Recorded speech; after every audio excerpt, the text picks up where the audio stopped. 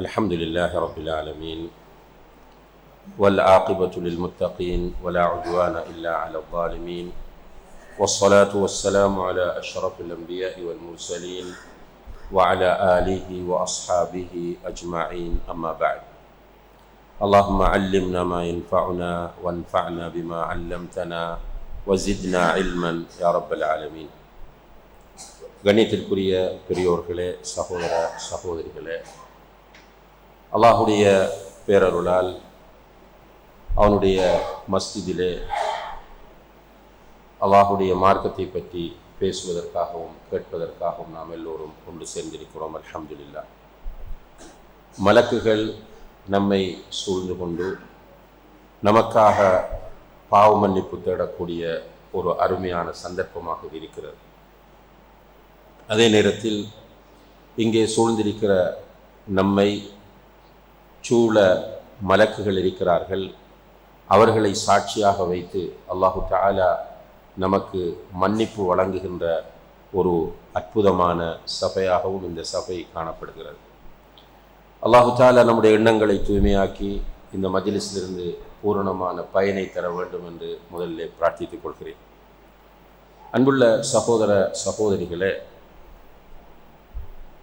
இறைப்பணி ஓர் அமானிதம் என்கிற ஒரு தலைப்பில் உங்கள் முன்னால் சில விஷயங்களை நினைவுபடுத்துமாறு சகோதரர்கள் வேண்டிக் கொண்டார்கள். அல் குர்ஆனிலே அல்லாஹு தஆலா சொல்லும்போது, வதக்கிர் ஃபஇன்ன திக்ரா தன்ஃபஉல் முஃமினீன், நபியே நினைவூட்டுங்கள் அல்லது உபதேசம் செய்யுங்கள். நினைவூட்டலும் உபதேசம் செய்வதும் முஃமின்களுக்கு பிரயோசனம் தரும் என்று அல்லாஹ் தஆலா சொல்கிறார். அதே போல இன்னும் ஒரு இடத்திலே அல்லாஹ் சொல்கிறான், வதக்கிர் இன்ன ஃபஅத்தி திக்ரா ஃபதக்கிர் இன்ன ஃபஅத்தி திக்ரா சயதக்கரு மன் யக்ஷா வயதஜன்னபுஹல் அஷ்கா. நபியே, நினைவூட்டுதல் பிரயோசனம் தருமாக இருந்தால் நீர் நினைவூட்டுவீராக. நிச்சயமாக இறையச்சம் உள்ளவர்கள் நினைவூட்டலை கொண்டு பயனடைவார்கள். கெட்டவர்கள், மூதேவிகள், பாவிகள் அந்த நினைவூட்டலை விட்டு தூரமாகி செல்வார்கள் என்று சொல்கிறார். இந்த வசனத்திற்கு தஃசீர் செய்யும் போது ஷேக் முஹம்மது பின் சாலிஹ் அல் உஸைமீன் ரஹிமஹுல்லாஹ் அவர்கள் சொல்கிறார்கள், நினைவூட்டல் பிரயோசனம் தருமாக இருந்தால் நினைவூட்டுவீராக என்றால் நமக்கு எப்படி தெரியும் பிரயோசனம் தருமா இல்லையா என்று? உட்கார்ந்திருக்கிறவர்களுக்கு பிரயோசனம் தருமா இல்லையா என்று நமக்கு தெரியாது. அப்ப நினைவூட்டக்கூடாது. நினைவூட்டல் முன்னால் உட்கார்ந்திருக்கிறவர்களுக்கு பயன் தராவிட்டாலும் பேசுகிற நினைவூட்டுகிற உனக்கு அது பயன் தரும். எனவே நீ பயப்படாமல் நினைவூட்டு என்று ஷேக் உஸைமீன் ரஹிமஹுல்லாஹ் அவர்கள் சொல்லுகிறார்கள். அந்த அடிப்படையில் தான் இந்த நினைவூட்டல் மஜ்லிஸ் ஏற்பாடு செய்யப்பட்டிருக்கிறது. அன்புள்ள சகோதர சகோதரிகளே, நாம் பார்க்கிற இந்த பிரபஞ்சம் நம்முடைய கண்ணுக்கு தெரியாத ஏனைய படைப்புகள் நிறைய இருக்கின்றன என்பது நமக்கு தெரியும். இவற்றை படைத்தவன் அல்லாஹ் என்பதை நாம் எல்லோரும் ஈமான் கொண்டிருக்கிறோம். இவற்றை அல்லாஹு தஆலா எதற்காக படைத்தார்? சும்மா ஒரு நோக்கம் இல்லாமல் அல்லாஹ் இந்த பிரபஞ்சத்தை படைத்தான். கடல், மலை, காடுகள், மிருகங்கள், பறவைகள், பூச்சிப்புழுக்கள், இப்படி நம்முடைய கண்ணுக்கு தெரியக்கூடியவை, வானம், வானங்களுக்கு மேலே உள்ளவை, இவைகள் எல்லாவற்றையும் அல்லாஹு தஆலா வீணாக படைத்தானா என்று கேட்டால் நிச்சயமாக இல்லை என்று குர்ஆனில் அல்லாஹ் சொல்கிறார். மா ஹலக்ன ஸமாவாதி வல் அர்த் வமா பைனஹுமா பாத்திலா. சுப்ஹானல்லாஹ், வானங்களையும் பூமியையும் அவை இரண்டுக்கும் இடைப்பட்டவற்றையும் வீணாக நாம் படைக்கவில்லை என்று அல்லாஹ் சொல்கிறார். இன்னும் ஒரு இடத்திலே விளையாட்டாக படைக்கவில்லை என்று சொல்கிறார். வானங்களையும் பூமியையும் அவற்றுக்கு இடைப்பட்டவற்றையும் நாம் வீணாக படைக்கவில்லை, விளையாட்டாக படைக்கவில்லை என்று சொல்றார். ஒவ்வொன்றும் ஒரு அர்த்தத்தோடு தான் படைக்கப்பட்டிருக்கின்றன. நம்ம எல்லோருக்கும் தெரிந்த ஒரு சம்பவம் தான், அன்னை ஆயிஷா ரலியல்லாஹு அன்ஹா அவர்களிடம் சில சஹாபாக்கள், சில தாபிஈன்கள், கிபாரு தாபிஈன்கள் வந்து ரசூல் ஸல்லல்லாஹு அலைஹி வஸல்லம் அவர்களுடைய வாழ்க்கையில் நடந்த சில முக்கியமான நிகழ்வுகள் பற்றி விசாரிக்கிறார்கள். போது அன்னை ஆயிஷா ரலியல்லாஹு அன்ஹா அவர்கள் ஒரு நிகழ்வை நினைவுபடுத்துகிறார்கள். அந்த நிகழ்வு என்னவென்று கேட்டால், ஒரு நாள் திடீரென தூங்கிக் கொண்டிருந்த அல்லாஹுடைய தூதர் ஸல்லல்லாஹு அலைஹி வஸல்லம் அவர்கள் எழுந்து உட்கார்ந்தார்கள். அவர்கள் அந்த எழுந்து உட்கார்ந்த முறையை பார்த்து ஆயிஷா ரலியல்லாஹு அன்ஹா அவர்களும் எழுந்து உட்கார்ந்தார்கள். ஆயிஷா ரலியல்லாஹு அன்ஹா அவர்களிடம் சில மூத்த தாபிஈன்கள் வந்து கேட்கிறார்கள், அன்னையே உங்களுடைய ரசூல் ஸல்லல்லாஹு அலைஹி வஸல்லம் அவர்களுடைய வாழ்க்கையோடு தொடர்படுத்தி பார்க்கும்போது உங்களால் மறக்க முடியாத சம்பவங்கள் இருந்தால் சொல்லுங்கள் என்ற நேரத்தில் அன்னை சொல்கிறார்கள், ஒரு நாள் தூங்கிக் கொண்டிருந்த அல்லாஹுடைய தூதர் ஸல்லல்லாஹு அலைஹி வஸல்லம் அவர்கள் திடீரென எழுந்து உட்கார்ந்தார்கள். அவர்கள் எழுந்த முறையை பார்த்து நானும் எழுந்து அவர்களை பார்த்தேன். என்ன இப்படி உட்கார்ந்திருக்கிறீர்கள் என்ற போது நபி ஸல்லல்லாஹு அலைஹி வஸல்லம் அவர்கள் சொன்னார்கள், ஆயிஷாவே, நான் தொழப்போகிறேன், என்னை விடு என்று சொன்னார்கள். உடனே ஒது செய்வதற்காக வேண்டி நான் தண்ணீர் கொண்டு வந்து கொடுத்தேன். அந்த தண்ணீரை எடுத்து ஒது செய்து விட்டு தொழுகையை ஆரம்பித்தார்கள். தக்பீர் கட்டியதிலிருந்து அவர்கள் அழுது கொண்டே இருந்தார்கள். சுப்ஹானல்லாஹ். நிலையில் அழுகிறார்கள், ருக்கூஇல் அழுகிறார்கள், சுஜூதில் அழுகிறார்கள், நடு இருப்பில் அழுகிறார்கள், அத்தஹியாத்தில் அழுகிறார்கள். அழுது இப்படியே சொல்றாங்க, அழுது அவர்களுடைய தாடி நனைந்து விட்டது. அவர்களுடைய மடி, அந்த தாடியால் வடிந்து வடிந்து மடி நனைந்து விட்டது. சுஜூது செய்கிற இடமும் நனைந்து விட்டது. அப்போ தொழுதுட்டு உட்கார்ந்திருக்கிறார்கள். நான் போய் ஆறுதல் சொல்லி பார்த்தேன், அவர்கள் அழுகையை நிறுத்தவில்லை. அப்படி இருக்கும்போது பிலால் ரலியல்லாஹு அன்ஹு அவர்கள் வருகிறார். அவரை கூப்பிட்டு சொன்னேன், ரசூலுல்லாஹி ஸல்லல்லாஹு அலைஹி வஸல்லம் அவர்கள் இப்படி அழுது கொண்டிருக்கிறார்கள், நீங்கள் போய் ஆறுதல் சொல்லுங்கள் என்று சொன்னேன். அவர்களும் போய் ஆறுதல் சொன்னார்கள், அழுகை நிற்கவில்லை. இப்படி அழுது கொண்டே பிலாலிடம் ரசூலுல்லாஹி ஸல்லல்லாஹு அலைஹி வஸல்லம் அவர்கள் சொல்லுகிறார்கள், பிலாலே, இன்று இரவு எனக்கு சில குர்ஆன் வசனங்கள் அருளப்பட்டிருக்கின்றன. அவற்றை ஒருவர் ஓதி அதன் மூலம் படிப்பினை பெறவில்லை என்றால் அவருக்கு கேடுதான், அவருக்கு அழிவுதான், அவருக்கு நாசம்தான் என்று சொன்னார். சொல்லிவிட்டு, இன்ன ஃபீ ஹல்கிஸ் ஸமாவாதி வல் அர்த் வக்திலாஃபில் லைலி வன் நஹார் லஆயாத்தின் லிஉலில் அல்பாப் என்கிற அந்த வசனங்களை ஓதி காண்பிக்கிறார். அதில் என்ன சொல்லப்படுகிறது? இன்ன ஃபீ ஹல்கிஸ் ஸமாவாதி வல் அர்த், வானங்களை பூமியை படைத்திருப்பதில் நிச்சயமாக விவரம் உள்ளவர்களுக்கு, சிந்திக்கக்கூடியவர்களுக்கு அத்தாட்சிகள் இருக்கிறது. அதே போல இரவும் பகலும் மாறி மாறி வருவதிலும் அத்தாட்சி இருக்கிறது என்று சொல்லி அப்படி வரக்கூடிய அந்த வசனங்கள், அதிலே அவர்கள் அல்லாஹுடைய படைப்புகளை பார்ப்பார்கள். வயத்தஃபக்கரூன ஃபீ ஹல்கிஸ் ஸமாவாதி வல் அர்த், வானங்களையும் பூமியையும் படைத்திருப்பதை பற்றி சிந்திப்பார்கள். சிந்தித்து விட்டு சொல்லுவார்கள், ரப்பனா மா ஹலக்த ஹாதா பாத்திலா, எங்களுடைய இரட்சகனே, இவற்றை நீ வீணாக படைக்கவில்லை என்று சொல்வார்கள். உண்மையில் அன்புள்ள சகோதர சகோதரிகள், நமக்கு இப்படி எக்ஸ்பீரியன்ஸ் கிடையாது. நம்ம சந்திரனை பார்க்கிறோம், ஊட்டிக்கு போகிறோம், அதை விட உயர்ந்த மலைக்கு போகிறோம். எங்கே போய் என்ன பண்ணுறோம்? மலையில் ஒரு இடத்துல ஒரு நீர்வீழ்ச்சி, வாட்டர் ஃபால் இருக்கிறது. பார்த்து விட்டு என்ன செய்கிறோம்? அதை வேக வேகமாக செல்ஃபி எடுப்போம், ஃபோட்டோ எடுப்போம், வீடியோ பண்ணிக்கொள்வோம். ஆனால் அந்த இடத்தில் நின்று கொண்டு ரப்பனா மா ஹலக்த ஹாதா பாத்திலா என்று சொல்லக்கூடிய அது ஒரு ஆத்மார்த்தமாக வர வேண்டும். அந்த நிலை நமக்கு கிடையாது. உண்மையிலே அல்லாஹு தஆலா இந்த பிரபஞ்சத்தில் எதையுமே வீணாக படைக்கவில்லை, முழுவதையுமே அர்த்தத்தோடு தான் படைத்திருக்கு. சும்மா சிம்பிளா நம்முடைய சிற்றறிவை கொண்டு யோசித்தால், காட்டுக்குள்ள போகும்போது தான் நம்ம பார்க்குறோம், மான்கள் நிறைய நிற்கின்றன. அப்போ நம்ம கூட வந்தவங்களோட சொல்கிறோம், இவ்வளவு மான் நிற்குது, பிடிச்சி சாப்பிட்டா என்ன? அது இந்த ஃபாரஸ்ட் டிபார்ட்மெண்டால் அதற்கு தடை விதித்திருக்கிறார்கள், பிடிக்க முடியாது. அப்போ நம்ம யோசிக்கிறோம், இந்த மான்களை நாம் சாப்பிட்டால் காட்டில் உள்ள புலிகளுக்கு, காட்டில் உள்ள ஏனைய வேட்டையாடி சாப்பிடக்கூடிய மிருகங்களுக்கு உணவில்லாமல் போய்விடும். அப்ப அந்த புலியும் சிறுத்தையும் எங்க வரும்? உணவு தேடி ஊருக்குள்ள வரும். ஊருக்குள்ள வந்தா நம்மளால வாழ முடியாமல் போய்விடும். அல்லாஹுடைய அந்த அந்த சமநிலையை பாருங்கள். பார்ப்பதற்கு மான் குட்டிகளும் மான்களும் மரைகளும் மிக அழகாக தெரிகின்றன, நிறைய நிற்கின்றன. ஏன் நம்மை வேட்டையாட விடக்கூடாது என்று நம்ம யோசிக்கிறோம்.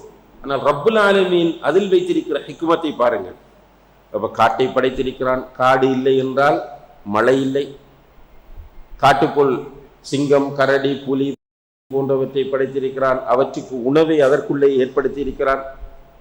இப்படி அல்லாஹு தஆலா படைத்திருக்கிற ஒவ்வொன்றுமே அர்த்தத்தோடு தான் படைக்கப்பட்டிருக்கிறது.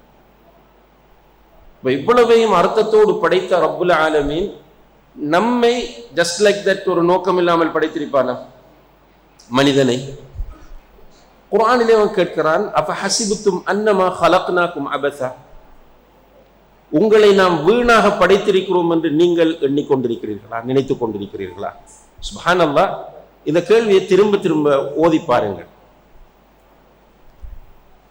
இப்போ ஒரு தந்தை மகனை கொண்டு போய் சென்னையில் ஒரு ஹாஸ்டலில் விட்டு ஒரு காலேஜில் விட்டுட்டு வரார். அவன் சும்மா தூங்கி எழுந்திருக்கிறான். தந்தை போய் கேட்கிறார், என்ன இவ்வளவு பணம் செலவழித்து இவ்வளவு தூரம் உன்னை கொண்டு வந்து சும்மா அப்படி தூங்கி எழும்புவதற்காக நான் விட்டு விட்டு வந்திருக்கிறேனா என்று அவர் கேட்கிற அந்த பாணி மகனுடைய உள்ளத்தை தட்டி எழுப்புமா இல்லையா? யோசிக்க வைக்குமா இல்லையா? ரப்புல் ஆலமீன் நம்மை பார்த்து கேட்கிறான், உங்களை நான் வீணாக படைத்திருக்கிறேன் என்று நீங்கள் நினைத்துக் கொண்டிருக்கிறீர்களா? உங்களுடைய ஸ்டைலை பார்த்தால், உங்களுடைய லைஃப் ஸ்டைலை பார்த்தா எப்படி இருக்கிறது? ஏதோ சும்மா தற்செயலாக உம்மா பாப்பா நம்மளை பெற்றது போன்று தான் நினைத்துக் கொண்டிருக்கிறோம். தற்செயலாக நம்ம பிறந்திருக்கிறோம். ஏதோ நம்ம நினைத்தபடி வாழ்ந்து விட்டு போவோம். இந்த மைண்ட் செட்டோடு தான் நிறைய பேர் உலகத்தில் வாழ்ந்து கொண்டிருக்கிறார். அவர்களுடைய வாழ்க்கைக்குரிய அர்த்தம் நிறைய பேருக்கு தெரியவில்லை. அதனால என்ன செய்வது என்று தெரியாது நிறைய பேருக்கு. சிலர் பிஸ்னஸ், வேறு வேறு விஷயங்கள்ல பிஸி, என்கேஜ். எந்த நேரம் பாருங்க பிஸ்னஸ் பிஸ்னஸ் பிஸ்னஸ் அலைஞ்சிட்டே இருப்பார். நைட்லேயும் பிஸ்னஸ், காலையிலையும் பிஸ்னஸ், ட்ராவலிங்லேயும் பிஸ்னஸ், சாப்பிட்ற டைம்லேயும் பிஸ்னஸ், தூங்குற டைம்லேயும் பிஸ்னஸ், பிஸ்னஸ் பிஸ்னஸ் பிஸ்னஸ்ன்றே போயிட்டு இருப்பார். ஸ்ட்ரெஸ். இன்னும் சிலருக்கு சின்ன தொழில் செய்வாங்க, ஒரு 6 hours 8 hours தொழில் முடிஞ்ச என்ன பண்றது? தொழில் முடிஞ்ச 8 hours என்ன பண்ணுவாங்க? என்ன பண்றேன்றே தெரியாது. அவங்க என்ன பண்றால் எங்கேயாவது கடை தெருக்களில் சுற்றி வருவார்கள். தெரிஞ்சவங்க மாதிரி தெரிஞ்சா போய் அந்த டீ கடையில் போய் பக்கத்தில் உட்கார்ந்துக்குவாங்க. ஒரு டீ ஆர்டர் பண்ணுவாங்க. ஒரு டீ சின்ன கப்பில் டீ, அதை குடித்து குடித்து கிட்டத்தட்ட அந்த கடையில் இன்னும் ஒருவர் வர முடியாத அளவு நேரம் உட்கார்ந்துட்டு இருப்பாங்க. அல்லது ரோட்ல, அல்லது பீச் சைடு உள்ளவங்களை போய் பார்த்தீங்கன்னா பீச்சில் போய் உட்கார்றது. அப்போ பீச்சில் உட்கார்ந்து ஏதாவது ஆராய்ச்சி, ஏதாவது முக்கியமான தலைப்பில் டிஸ்கஷன் இல்லை. அப்படி உட்கார்ந்துட்டு இருக்கும்போது ஒரு எக்ஸை பற்றி பேச்சு ஸ்டார்ட் ஆகும். அப்படி பேசிட்டு போகும்போது திடீரென வை வருவார். எக்ஸையும் வையையும் பேசி கொண்டிருக்கும் போது திரும்ப ஃபர்ஸ்ட்ல இருந்து ஏக்கு வருவாங்க. இப்படியே பேசி பேசி பேசி இருந்துட்டு கடைசியில் வீட்டுக்கு என்ன செய்யறன்னு அவருக்கு தெரியாது. ஸ்கூல் ஹாலிடே என்ன செய்யறன்னு தெரியாது, காலேஜ் ஹாலிடே என்ன செய்யறன்னு தெரியாது. ஏனென்றால் அவர்களுக்கு இந்த உலக வாழ்க்கைக்கான அர்த்தம் புரியவில்லை. உண்மையில் அன்புள்ள சகோதர சொல்லி நான் கேட்குற இந்த விஷயத்தை கொஞ்சம் நீங்கள் யோசிங்க. இப்போ வீட்டில் இருக்கிற பெண்கள் வீட்டை சுத்தம் செய்வார்கள், சமைப்பார்கள், துணிமணிகளை துவைப்பார்கள், இருக்கிற பொருட்களை மாறி மாறி ஒழுங்குபடுத்துவார்கள். ஹாலில் இருக்கிற சோஃபாவை ஒரு சைடை மாற்றி மற்ற சைடு, பெட்ரூம் செட்டப், வேறு என்ன தானே அவங்களால செய்ய முடியும்? ஹஸ்பண்ட் என்ன சொல்லுவாங்க, எங்கேயாவது போவோம், வீட்டில் இருந்து போர் அடிக்குது. ஏனென்றால் இவர்களுக்கு நாம் இந்த உலகத்திற்கு எதற்காக வந்தோம் என்கிற நோக்கம் புரியவில்லை. உண்மையிலே இந்த உலகத்தில் நீண்ட காலம் நம்மால் வாழ முடியுமா என்றால் அது நீ ஒரு விஞ்ஞானியாக இருந்தாலும் முடியாது, ஒரு எக்ஸ்பர்ட் டாக்டராக இருந்தாலும் முடியாது. எல்லோரும் ஏற்றுக்கொண்ட விஷயம் என்ன? நான் இந்த உலகத்தில் சொற்ப காலம்தான் வாழுவேன் என்பது. அந்த சொற்ப காலமும் எவ்வளவு? மேக்சிமம் சொற்ப காலம் 70 வயசு. 70க்கு மேல இந்த உலகத்தில் வாழக்கூடிய நிறைய பேரை நீங்க பார்த்தீங்கன்னு சொன்னால் விரக்தியோடு தான் வாழ்வார். 70 தாண்டி வாழுகிறவர்களால் வீட்டில் மாஷா அல்லாஹ் அருமையான ஒரு விருந்து. ஆனால் அந்த 70 வயது தாண்டினவரால் அதை என்ஜாய் பண்ண முடியாது. ரைட்? வீட்டில் ஒரு ஃபங்க்ஷன், அந்த 70 வயதை தாண்டியவரால் அந்த ஃபங்க்ஷனில் ஃபுல்லாக இன்வால்வ் ஆகி வேலை செய்ய முடியாது. எல்லாரும் குடும்பத்தோட டூர் போகிறாங்க ஒரு ஹில் ஸ்டேஷனுக்கு. அவர் சொல்லுவார், நான் வீட்டில் உட்காந்துக்கிறேன், நீங்கள் போய் வாங்க. எதுக்கு? என்னால் அந்த மலைகளில் ஏற முடியாது. இன்னும் சைக்காலஜிக்கலாக நம்ம பார்க்கும்போது 70 தாண்டும் போது மூளையில் உள்ள செல்கள் எல்லாம் அதிகப்படியாக இறக்கின்றன. அப்போ அந்த மூளை சின்ன பிள்ளைகளில் மூளை மாதிரி வந்துடும்.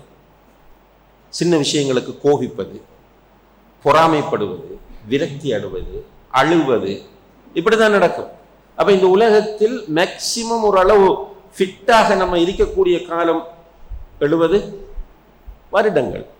ஆனால் இந்த 70 வருடங்களும் இருப்போமா? ஷூர் இல்லை, யாருக்குமே ஷூர் இல்லை. இப்போ நான் இங்கே வந்து நேற்று எங்களுடைய குடும்பத்தை சேர்ந்த ஒரு மாணவனும் இன்னும் 6-7 மாணவர்களும் சேர்ந்து சும்மா வெள்ளிக்கிழமை ஜும்மா தொழுதுட்டு பீச் சைட்டில் சும்மா அந்த வயசு 15 வயது ஒரு இன்ட்ரெஸ்டிங்காக சுற்றி வந்து கொண்டிருக்கிறார்கள். வரும்போது ஃபோட்டோ எடுக்கிற மூட் வந்துட்டு எல்லோரும் பைக்கை விட்டு இறங்கி பீச்சுக்கு போய் பீச்சில் நின்று ஃபோட்டோ எடுத்திருக்கிறார்கள். செல்ஃபியும் ஃபோட்டோவும் எடுக்கும்போது அவர்கள் அங்கே நின்று விளையாடி அப்படி பண்ணும்போது அலை அடித்து அலையில் மாட்டி ஒரு 8 பேர் போனவர்கள் 6 பேர் ஓடி வந்து விட்டார்கள். 2 பேர் அகப்பட்டு கொண்டார்கள். அந்த 2 பேரும் இன்று காலையில் ஜனாசாவாக மீட்கப்பட்டிருக்கிறார்கள். 15 வயது. அதில் என்னுடைய மிக நெருக்கமான ஒருவருடைய மகனும் இருக்கிறார். இந்த 15 வயது இவர்கள் மௌத்தாக வேண்டும் என்று போனது கிடையாது, என்ஜாய் பண்ணுவதற்காக, ஜாலி பண்ணுவதற்காக போனவர். சுப்ஹான் அல்லாஹ், இவ்வளவுதான் லைஃப். இந்த வாழ்க்கைக்கு என்ன அர்த்தம்? சுப்ஹான் அல்லாஹ், பிறக்கிறோம், படிக்கிறோம், ஒரு தொழில் எடுக்கிறோம், அலைகிறோம், ட்ரெஸ் வாங்குகிறோம், திருமணம் முடிக்கிறோம், வீடு கட்டுகிறோம், ஒரு வாகனத்தை வாங்குகிறோம், மௌத்தா போகிறோம். என்ன மீனிங் லைஃப்? யோசிக்கிறோம் இல்லை. உண்மையிலே நம்ம யோசிப்போமாக இருந்தால் நிச்சயமாக நாம் தேடுவோம். அதாவது ஒரு மனிதன், இந்த உலகத்தில் வாழுகிற மனிதன் 3 கேள்விகளுக்கு விடை காண வேண்டும் என்று சொல்லுவார்கள். அந்த 3 கேள்விகளுக்கு விடை கண்டால்தான் அவனுடைய வாழ்க்கைக்கு அர்த்தம் புரியும். முதல் கேள்வி, எங்கிருந்து வந்தேன்? 2வது கேள்வி, எதற்காக வந்தேன்? 3வது கேள்வி, எங்கே செல்ல போகிறேன்? இந்த 3 கேள்விகளுக்கும் விடை தேட வேண்டும். இல்லை அர்த்தம் இல்லை. என்ன ஸ்ட்ரெஸ் ஏதோ அல்ஹம்துலில்லாஹ் கொஞ்சம் சிலருக்கு வசதி இருக்கும், நல்ல தொழில் செட் ஆகும், ஏர்ன் பண்ணுவார்கள், வசதி இருக்கும், பிள்ளைகளை. பெரும்பாலானவர்கள் என்ன பண்ணுறோம்?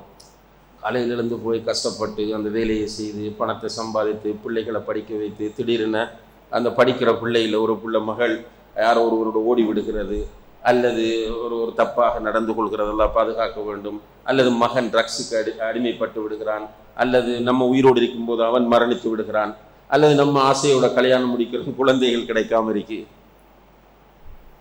ரைட்? இப்படியே போகுது லைஃப். அப்படி இருக்கக்குள்ள நம்முடைய அஜல் வருது, நம்மளும் போகிறோம். மூத்தானத்துக்கு பிறகு ஒன்றுமில்லை. எனவே சிந்திக்க வேண்டும் சகோதர சகோதரிகளே. நான் ஏன் என்னை எங்கிருந்து வந்தேன் கேள்விக்கு நமக்கு ஆன்சர் இருக்கு. எங்கிருந்து வந்தோம்? அல்லாஹ்விடமிருந்து வந்தோம். அல்லாஹ் தான் என்னை படைத்தான், ஆன்சர் இருக்கிறது. ஏன் வந்தோம்? இதுக்கு இன்னும் நமக்கு தெளிவு ஆன்சர் இல்லை. அதனாலதான் அல்லாஹ் குர்ஆனில் சொல்லுகிறான், وَلَقَدْ ذَرَأْنَا لِجَهَنَّمَ كَثِيرًا مِنَ الْجِنِّ وَالْإِنْسِ. ஜின்களிலும் மனிதர்களிலும் அதிகம் பேர் எங்க போவாங்க? நரகம்தான் போவாங்க. ஏனென்றால் லஹும் குலூபுன் லா யஃப்கஹூன பிஹா, அவர்களுக்கு இதயங்கள் இருக்கின்றன, அந்த இதயங்களை கொண்டு அவர்கள் விளங்குவதில்லை. சுப்ஹானல்லாஹ், இதயம் இருக்கு, ஆனா இதயத்தை கொண்டு சிந்திக்க வேண்டியதை சிந்திக்க மாட்டாங்க, விளங்க வேண்டியதை விளங்க மாட்டார்கள், புரிய வேண்டியதை புரிய மாட்டார்கள். இது ஒன்று. அவங்க நரகத்துக்கு போறதுக்கான ரீசன்ல முதல் ரீசன் லஹும் குலூபுன் லா யஃப்கஹூன பிஹா. இரண்டாவது ரீசன் வலஹும் அயுனுன் லா யுப்ஸிரூன பிஹா. அவர்களுக்கு கண்கள் இருக்கின்றன, அதை கொண்டு அவர்கள் பார்க்க மாட்டார்கள். அப்ப என்ன குருடர்களா? நரகம் குருடர்கள் எல்லாம் நரகம் போவார்கள் என்ற அர்த்தமா? இல்ல, கண் தெரிந்தவர்கள் தான். எதை பார்க்க மாட்டார்கள்? எதை பார்க்க வேண்டும் அதை பார்க்க மாட்டார்கள். எதை பார்க்க வேண்டும்? அல்லாஹ்வுடைய அத்தாட்சிகளை பார்க்க வேண்டும், அல்லாஹ்வுடைய வஹீயை பார்க்க வேண்டும், அதை பார்க்க மாட்டார்கள். மூன்றாவது ரீசன் வலஹும் ஆதானுன் லா யஸ்மஊன பிஹா. அவர்களுக்கு காதுகள் இருக்கின்றன, அவற்றை கொண்டு கேட்கவும் மாட்டார். அப்ப இதயம் இருக்கிறது, பார்க்க மாட்டார். பைத்தியகாரனா? இல்லை. அப்ப எல்லா பைத்தியாரனும் நரகம் போகணும் என்று வந்த பைத்தியகாரர்கள் எங்கே போவார்கள்? இஸ்லாமிய சட்டப்படி ஒருவர் பருவ வயது அடைவதற்கு முன்னால் பைத்தியகாரராகி விட்டார் என்றால் அவர் எங்க போவார்? சொர்க்கம் போவார். அப்ப பைத்தியகாரரை அல்லாஹ் இங்கே சொல்லவில்லை. நல்ல புத்தி சுவாதீனமாகவராக இருக்கிறார், இதயம் இருக்கிறது. ஆனால் தான் ஏன் படைக்கப்பட்டுள்ளேன், என்னுடைய வாழ்க்கையின் நோக்கம் என்ன, ஒரு நீண்ட பயணத்தில் எனக்கு ஒரு ஷார்ட் பீரியட், குறுகிய காலம் தரப்பட்டிருக்கு, இதற்குள் நான் என்ன செய்ய வேண்டும் என்று அவர் சிந்திப்பதில்லை. கண் இருக்கிறது பார்ப்பதில்லை, காது இருக்கிறது கேட்பதில்லை என்று சொல்லிட்டு அல்லாஹ் சொல்றான், உலாஇக, இதயமிருந்தும் சிந்திக்காமல், கண்ணிருந்தும் பார்க்காமல், காதிருந்தும் கேட்காமல் இருக்கிறவர்கள் இருக்கிறார்களே, இவர்கள் எப்படிப்பட்டவர்கள்? அல் அன்ஆம் போன்றவர்கள். அல் அன்ஆம் என்றால் ஆடு, மாடு, ஒட்டகம், இவற்றை போன்றவர்கள் என்று சொல்லிட்டு அல்லாஹ் திரும்ப சொல்கிறான், பல் ஹும் அவல், இல்லை இல்லை, அவர்கள் ஆடு மாடு ஒட்டகங்களை விடவும் அதிகமாக வழிகட்டவர்கள். ஏனென்றால் ஆடு மாட்டுக்கு பகுத்தறிவில்லை. ஆனால் அந்த ஆடு மாடுகள் அல்லாஹ் விதித்தபடி வாழுகின்றது. ஆனால் இந்த மனிதனுக்கு பகுத்தறிவு கொடுக்கப்பட்டிருக்கிறது, அதை கொண்டு இவன் சிந்திக்காமல் மனோ இச்சைப்படி வாழுகிறான். எனவே இந்த வசனம் கண்டிப்பாக நாம் ஒவ்வொருவரும் சிந்திக்க வேண்டிய வசனமாகும். இப்போ அல்லாஹு தஆலா ஏன் என்னை படைத்திருக்கிறார்? இந்த உலகத்தில் என்னுடைய வாழ்க்கையின் அர்த்தம் என்ன? ஓடி ஓடி ஓடி ஓடி உழைத்து உழைத்து உழைத்து தேடி வைத்து கொண்டிருக்கும் போது ஹார்ட் அட்டாக். நான் என்ஜாய் பண்ணவும் இல்லை, சதக்கா செய்யவும் இல்லை. கபருக்கு போனதுக்கு கூட என்ன கனெக்ஷன் எனக்கும் உலகத்திற்கும்? ஒன்றும் இல்லை. அப்ப என்ன அர்த்தம்? வாழ்க்கைக்கு என்ன அர்த்தம்? இந்த பாயிண்ட் நான் திரும்ப திரும்ப சுற்றி கொண்டிருப்பது, இது நம்முடைய மனங்களில் கிளிக்காக வேண்டும் என்பதற்காக வேண்டி. இதை புரிந்து கொண்டோமாக இருந்தால் வாழ்க்கையில் நிறைய திருப்பங்கள் வரும். இந்த இடம் யோசிக்கிறோம் இல்லை. சமுதாயத்தில் உள்ள பெரும்பாலான மக்கள், அது நான் முஸ்லீமாக இருந்தாலும் சரி, அவர்களும் யோசிக்க வேண்டும். என்னுடைய வாழ்க்கைக்கு என்ன அர்த்தம்? நிறைய நிறைய அனுபவங்கள் நமக்கு, எக்ஸ்பீரியன்ஸ். என்ன எக்ஸ்பீரியன்ஸ்? நிறைய சம்பாதித்து வைத்து விட்டு மௌத்தாகிறார். அவர் மௌத்தானத்துக்கு பிறகு சொத்தை பங்கீடு செய்வதில் வாரிசுகளுக்கு இடையில் சண்டை, இன்னும் கோர்ட்ல கேஸ் போகுது, எத்தனையோ வருட கேஸ்கள். உடன்பிறப்புகள் எத்தனையோ பேர் இன்னும் உறவில்லாமல் இருக்கிறார்கள். ஏனால வாப்பா தேடி வைத்து விட்டு போன சொத்துக்களால். சில இடங்கள் இருக்கிறது, சொத்து, வாப்பாட சொத்தை அனுபவிப்பதிலே பிள்ளைகளுக்கு இடையில் ஏற்பட்ட சண்டையில் தாயை மறந்து விட்டார். அப்ப எதுக்கு நான் திரும்பவும் பணம் பணம் பணம் என்று இரவு பகலாக அலைகிறேன்? உண்மையிலேயே எல்லார டார்கெட்டும் என்ன? மெயின் ஃபர்ஸ்ட் டார்கெட் பணம் தான். அல்லாஹ் சொல்லுகிறான், இந்த ரசூலுல்லாஹி அலைஹி வஸல்லம் அவர்கள் சொல்லுகிறார்கள், யகூலு இப்னு ஆதம் மாலி மாலி. ஆதமுடைய மகனுடைய வாயிலிருந்து எப்போது பார்த்தாலும் என்னுடைய காசு, என்னுடைய பணம், என்னுடைய சொத்து தான் பேச்சாக இருக்கிறது. ஆனால் உண்மை என்ன? வலைஸ மின் மாலிஹி இல்லா அக்கல ஃபஅஃப்னா அவ் லபிஸ ஃபஅப்லா அவ் தஸத்தக ஃபஅப்கா. அவனுடைய காசு, பணம், சொத்தில் அவன் உண்டு கழித்தது, உடுத்து கிழித்தது, தர்மம் செய்து சேமித்தது. இந்த மூன்று தான் அவனுக்குரியது. அப்ப பணம் பணம் என்றே வாழுகிறோம். இதற்காக கொலை செய்கிறார்கள், சதி செய்கிறார்கள், பொறாமைப்படுகிறார்கள், உறவை முறிக்கிறார்கள். லா ஹவ்ல வலா குவத்த இல்லா பில்லாஹ் எல்லாம் நடக்கிறது. கடைசியில பணத்துக்கு என்ன அர்த்தம்? ஒன்றுமில்லை. அப்ப அல்லாஹு தஆலா ஏதோ ஒரு நோக்கத்திற்காக என்னை படைத்திருக்கிறான். அந்த நோக்கத்தை கண்டுபிடிக்க வேண்டும். அந்த நோக்கத்தை கண்டுபிடிப்பதற்கு முயற்சி செய்ய வேண்டும். அதுதான் இந்த ஜாஹிலியத்தில் இருந்து, குஃப்ரில் இருந்து இஸ்லாத்திற்கு வருபவர்களுக்கு இஸ்லாத்தினுடைய பெருமதி மிக உறுதியாக இருக்கும். உமர் ரலியல்லாஹு அன்ஹு அவர்கள் சொன்னார்கள், மல்லா யாரிஃபுல் ஜாஹிலிய லா யாரிஃபுல் இஸ்லாம். ஜாஹிலியத் தெரியாதவனுக்கு இஸ்லாம் தெரியாது என்றார். அந்த ஜாஹிலியத்திலிருந்து, குஃப்ரிலிருந்து ஹிதாயத்தை பெற்று வரும்போது இந்த ஹிதாயத்தினுடைய பெருமதி பாரதூரமாக விளங்கும். நமக்கு என்னண்டா, நம்மட உம்மா வாப்பா முஸ்லீம், எனவே நம்ம முஸ்லீம், நம்மட உம்மா வாப்பாட அவங்க முஸ்லீம், அதனால நம்மட உம்மா வாப்பா முஸ்லீம், நம்ம முஸ்லீம், எனவே நம்மட பிள்ளைகள் முஸ்லீம். இஸ்லாத்தை பெறுவதற்கு நீ என்ன தியாகம் செய்தாய்? என்னிட்ட கேட்ட என்ன தியாகம், உங்கள்கிட்ட கேட்ட என்ன தியாகம்? இஸ்லாத்திற்கு வந்தவரிடம் கேட்டு பாருங்கள். சுப்ஹானல்லாஹ், ஒவ்வொன்றும் தியாகமாகத்தான் இருக்கும். அவர் இஸ்லாத்திற்கு வந்த பிறகும் அவருடைய தாயை பற்றி, தந்தையை பற்றி, உடன்பிறப்புகளை பற்றி அவருக்கு கவலை இருந்து கொண்டே இருக்கும். ஏன்னா அவர்கள் ஒரு வாதியில் இருக்கிறார்கள், இவர் ஒரு வாதி என்றால் ஓடையில். அவர் ஒரு பள்ளத்தாக்கில் இருக்கிறார், இவர் ஒரு பள்ளத்தாக்கில் இருக்கிறார். கவலை வரும். ஒருவர் மௌத்தாகுவதை கண்டால் பயம் வரும். என்னுடைய தாய் குஃப்ரில் மௌத்தாகி விடுவார், என்னுடைய தந்தை குஃப்ரில் மௌத்தாகி. நமக்கு இதெல்லாம் கிடையாது. நம்மட நிலைமை என்னென்றா, நெகட்டிவாக திங்க் பண்ணுறது, குறை தேர்றது. இப்போ பள்ளி கட்டியாச்சுன்னா ஒரு குரூப் வருவாங்க, அதுக்குள்ளே குறை தேர்றது. நம்மளோட ஊர்களில் நடக்கிற விஷயம். பள்ளி கட்டிட்டார்களே என்று பாசிட்டிவாக பார்க்க மாட்டார்கள். அப்படி பண்ணித்தான், இப்படி பண்ணித்தான், திருடித்தான், அவன் பள்ளியை வைத்து சம்பாதித்து விட்டான். ஒவ்வொன்றுக்கும் ஒரு மதரசா நடத்தினா அதுக்கு ஒரு பேச்சு, எல்லாம் நெகட்டிவாக. நம்முடைய சமூகத்தில் உள்ளவர்களுடைய, முஸ்லிம் சமூகத்தில் உள்ளவர்களுடைய நிறைய பேருடைய மனநிலையை நம்ம பார்க்கும்போது நல்லது எதுவும் நடக்கக்கூடாது. பெரும்பாலானவர் செய்ய விட மாட்டாங்க. ஒரு மௌலவி தாவா செய்தால் அவரை பற்றி நிறைய குறைகள் பேசிக்கொண்டிருப்பார். என்ன எதிர்பார்க்கிறார்கள்?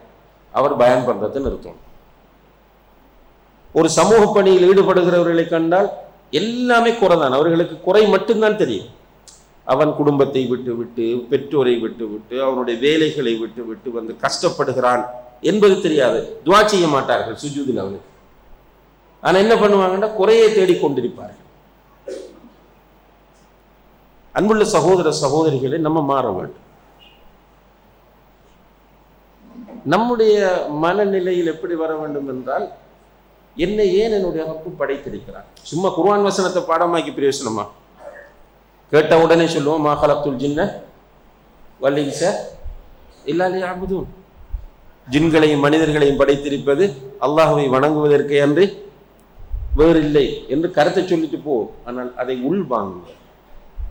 அந்த அடிப்படையில் நம்ம பார்க்கும்போது உண்மையிலே அல்லாஹு தஆலா இந்த உலகத்தில் நம்மை வீணாக படைக்கவில்லை. நம்மை அல்லாஹ் வீணாக படைக்கவில்லை என்பதை ஒரு மனிதன் எப்போது சரியாக உணர்வான் தெரியுமா? அல்லாஹு தஆலா 3 நிலைகளை சொல்லி காட்டுகிறார். ஒரு மனிதன் அவன் வீணாக படைக்கப்படவில்லை என்பதை உணர்கின்ற 3 நிலைகள், 3 கட்டங்கள். யாருக்காவது தெரியுமா? முதல் கட்டம், மௌத்தாகும்போது மலக்குல் மௌத் அலைஹிஸ்ஸலாம் வருவார்கள். அவர் 2 சீன்ஸ் ரசூலுல்லாஹி அலைஹி வஸல்லம் அவர்கள் 2 காட்சிகள் சொல்லுகிறார்கள். ஒரு காட்சி எப்படி என்றால், சுவர்க்கத்திலிருந்து ஒரு கஃனை எடுத்து கொண்டு வருவது, பிரகாசமான தோற்றத்தையுடைய சில மலக்குகள் வருவது. அந்த பிரகாசமான தோற்றத்தையுடைய மலக்குகள் வந்து ஒரு மனிதனை சூழ உட்கார்ந்து கொள்வார்கள். மலக்குல் மௌத் அலைஹிஸ்ஸலாம் சுவர்க்கத்திலிருந்து ஒரு கஃனை கொண்டு வருவார். அந்த மனிதருடைய தலைமாட்டில் உட்காருவார். யார் இவர்? படைக்கப்பட்ட நோக்கத்தை அறிந்து வாழ்ந்த மனிதர். அவரிடம் வந்து சொல்லுவார், யா ரூஹ தய்யிபா உஹ்ருஜி இலா மக்ஃபிரத்தின் மினல்லாஹி வ ரிதுவான். நல்ல ஆத்மாவே, அல்லாஹ்வுடைய மன்னிப்பின் பக்கமும் அவனுடைய திருப்தியின் பக்கமும் வெளியே வா என்று அழைப்பார். அடுத்த காட்சி, பயங்கரமான தோற்றத்தையுடைய, கருப்பாக இருப்பார்கள், பயங்கரமாக இருப்பார்கள். அப்படியான தோற்றத்தை உடைய சில மலக்குகள் வந்து இந்த மனிதனை சூழ உட்காருவார்கள். மலக்குல் மௌத் அலைஹிஸ்ஸலாம் அவர்கள் நரகத்திலிருந்து ஒரு கஃனை கொண்டு வருவார்கள். கொண்டு வந்து அவனுடைய தலைமாட்டிலே உட்கார்ந்து, யா ரூஹல் ஹபீஸா உஹ்ருஜி இலா சஹத்தின் மினல்லாஹி வ அதாப், கெட்ட ஆத்மாவே அல்லாஹுடைய கோபத்தின் பக்கமும் அவனுடைய தண்டனையின் பக்கமும் வெளியே வா என்று சொல்வார். இவன் யாரு? உலகத்தின் வாழ்க்கையின் நோக்கம் புரியாதவன். ஆனால் அவன் புரிகிறான். புரிந்து என்ன சொல்வான் தெரியுமா? ரப்பி லவ்லா அஹர்தனி இலா அஜலின் கரீப் ஃபஅஸ்ஸதக வ அகும் மினஸ் ஸாலிஹீன். கொஞ்சம் என்னை நீ பிற்படுத்தினால் நான் படைக்கப்பட்ட நோக்கத்தை நிறைவு செய்வேன் என்று சொல்லுவான். இன்னும் ஒரு இடத்துல ரப்பி இர்ஜிஊன் கால ரப்பி இர்ஜிஊன், யா அல்லாஹ் இவங்களை திரும்பி போக சொல்லு. யார? அந்த பயங்கரமான தோற்றத்தையுடைய மலக்குகளையும் நரகத்திலிருந்து கஃனை கொண்டு வந்திருக்கிற மலக்குல் மௌத் அலைஹிஸ்ஸலாம் அவர்களையும் திரும்பி போக சொல்லு என்று சொல்லுவார். ஆனால் அல்லாஹுடைய பதில் எப்படி இருக்கும்? ஒரு ஆத்மாவுக்கு எழுதப்பட்ட தவணை வந்து விட்டால் அவன் ஒரு செகண்ட் முற்படுத்தப்பட மாட்டான், பிற்படுத்தப்பட மாட்டான். அந்த நேரத்தில் நான் ஏன் படைக்கப்பட்டேன் என்பதை புரிந்து ஏதாவது பிரயோசனம் இருக்கிறதா? இல்லை. இது ஒன்று. இரண்டாவது எப்போது புரிவான் என்று கேட்டால், சூரத்துல் ஃபஜ்ருடைய கடைசி வசனங்களிலே அல்லாஹ் சொல்லக்கூடிய காட்சி, வஜாஅ ரப்புக வல் மலகு சஃபன் சஃபா, மலக்குகள் அணி அணியாக நிற்கும் போது அல்லாஹ் வருவான். வஜீஅ யௌமஇதின் பிஜஹன்னம், நரகம் இழுத்து கொண்டு வரப்படும். அப்ப நரகத்தை அவன் நேரடியாக பார்ப்பான். அதற்கு 70,000 மூக்கணாங்கயிறுகள், ஒவ்வொரு கயிற்றிலும் 70,000 மலக்குகள் நின்று இழுத்து கொண்டு வருவார்கள். அந்த பயங்கர காட்சியை மஹ்ஷரில் வைத்து இந்த மனிதன் பார்ப்பான். பார்த்துவிட்டு அந்த நேரத்தில் சொல்லுவான், யா லைத்தனி கத்தம்து லிஹயாத்தி, நான் என்னுடைய மறுமைக்காக வேண்டி, இந்த வாழ்க்கைக்காக வேண்டி உலகத்தை பயன்படுத்தி இருக்க கூடாதா என்று சொல்லுவான். அல்லாஹ் கேட்கிறான், வ அன்னா லஹு திக்ரா, இந்த நேரத்தில் அதை புரிந்து கொண்டு என்ன பிரயோசனம் என்று கேட்கிறான். அப்ப ரெண்டாவது டைமும் பிரயோசனம் இல்லாத டைம். மூணாவது, நரகத்தில் தூக்கி போடப்பட்ட பிறகு அல்லாஹ் சொல்லுகிறான், வஹும் யஸ்தரிஹூன ஃபீஹா, நரகத்து வேதனையை தாங்க முடியாமல் கூக்குரலிட்டு கத்துவார்கள். சுராஹ், யஸ்தரிஹூன என்பது சுராஹில் இருந்து வந்து, சுராஹ் என்றால் ஒரு சிங்கத்தை ஒருவன் தனியே நிற்கும் போது கண்டுவிட்டால் எப்படி கத்துவானோ அப்படி கத்துவதற்குத்தான் அரபியிலே பயன்படுத்தப்படும். அப்ப நரக வேதனையை அனுபவிக்க முடியாமல் அவன் கத்துவான். வஹும் யஸ்தரிஹூன ஃபீஹா ரப்பனா அஹ்ரிஜ்னா நஅமல் சாலிஹன் கைரல்லதி குன்னா நஅமல், இங்கிருந்து வெளியேற்று நான் உலக வாழ்க்கையை சரியாக பயன்படுத்துவேன் என்று சொல்லுவார். ஆனால் அல்லாஹ்வுடைய அந்த ஏற்பாடு அல்லாஹ் கேட்பான், அவலம் நுஅம்மிருக்கும் மா யததக்கரு ஃபீஹி மன் ததக்கர் வஜாஅகுமுன் நதீர், ஒருவன் படிப்பினை பெறக்கூடிய அளவு காலம் உலகத்தில் உன்னை நான் வாழ வைக்கவில்லையா? அச்சமூட்டி எச்சரிக்கை செய்யக்கூடிய யாரும் உனக்கு வரவில்லையா? மறக்க முடியுமா? ஏற்றுக்கொள்வான். காலு பலா, ஆம் என்று சொல்வார்கள்.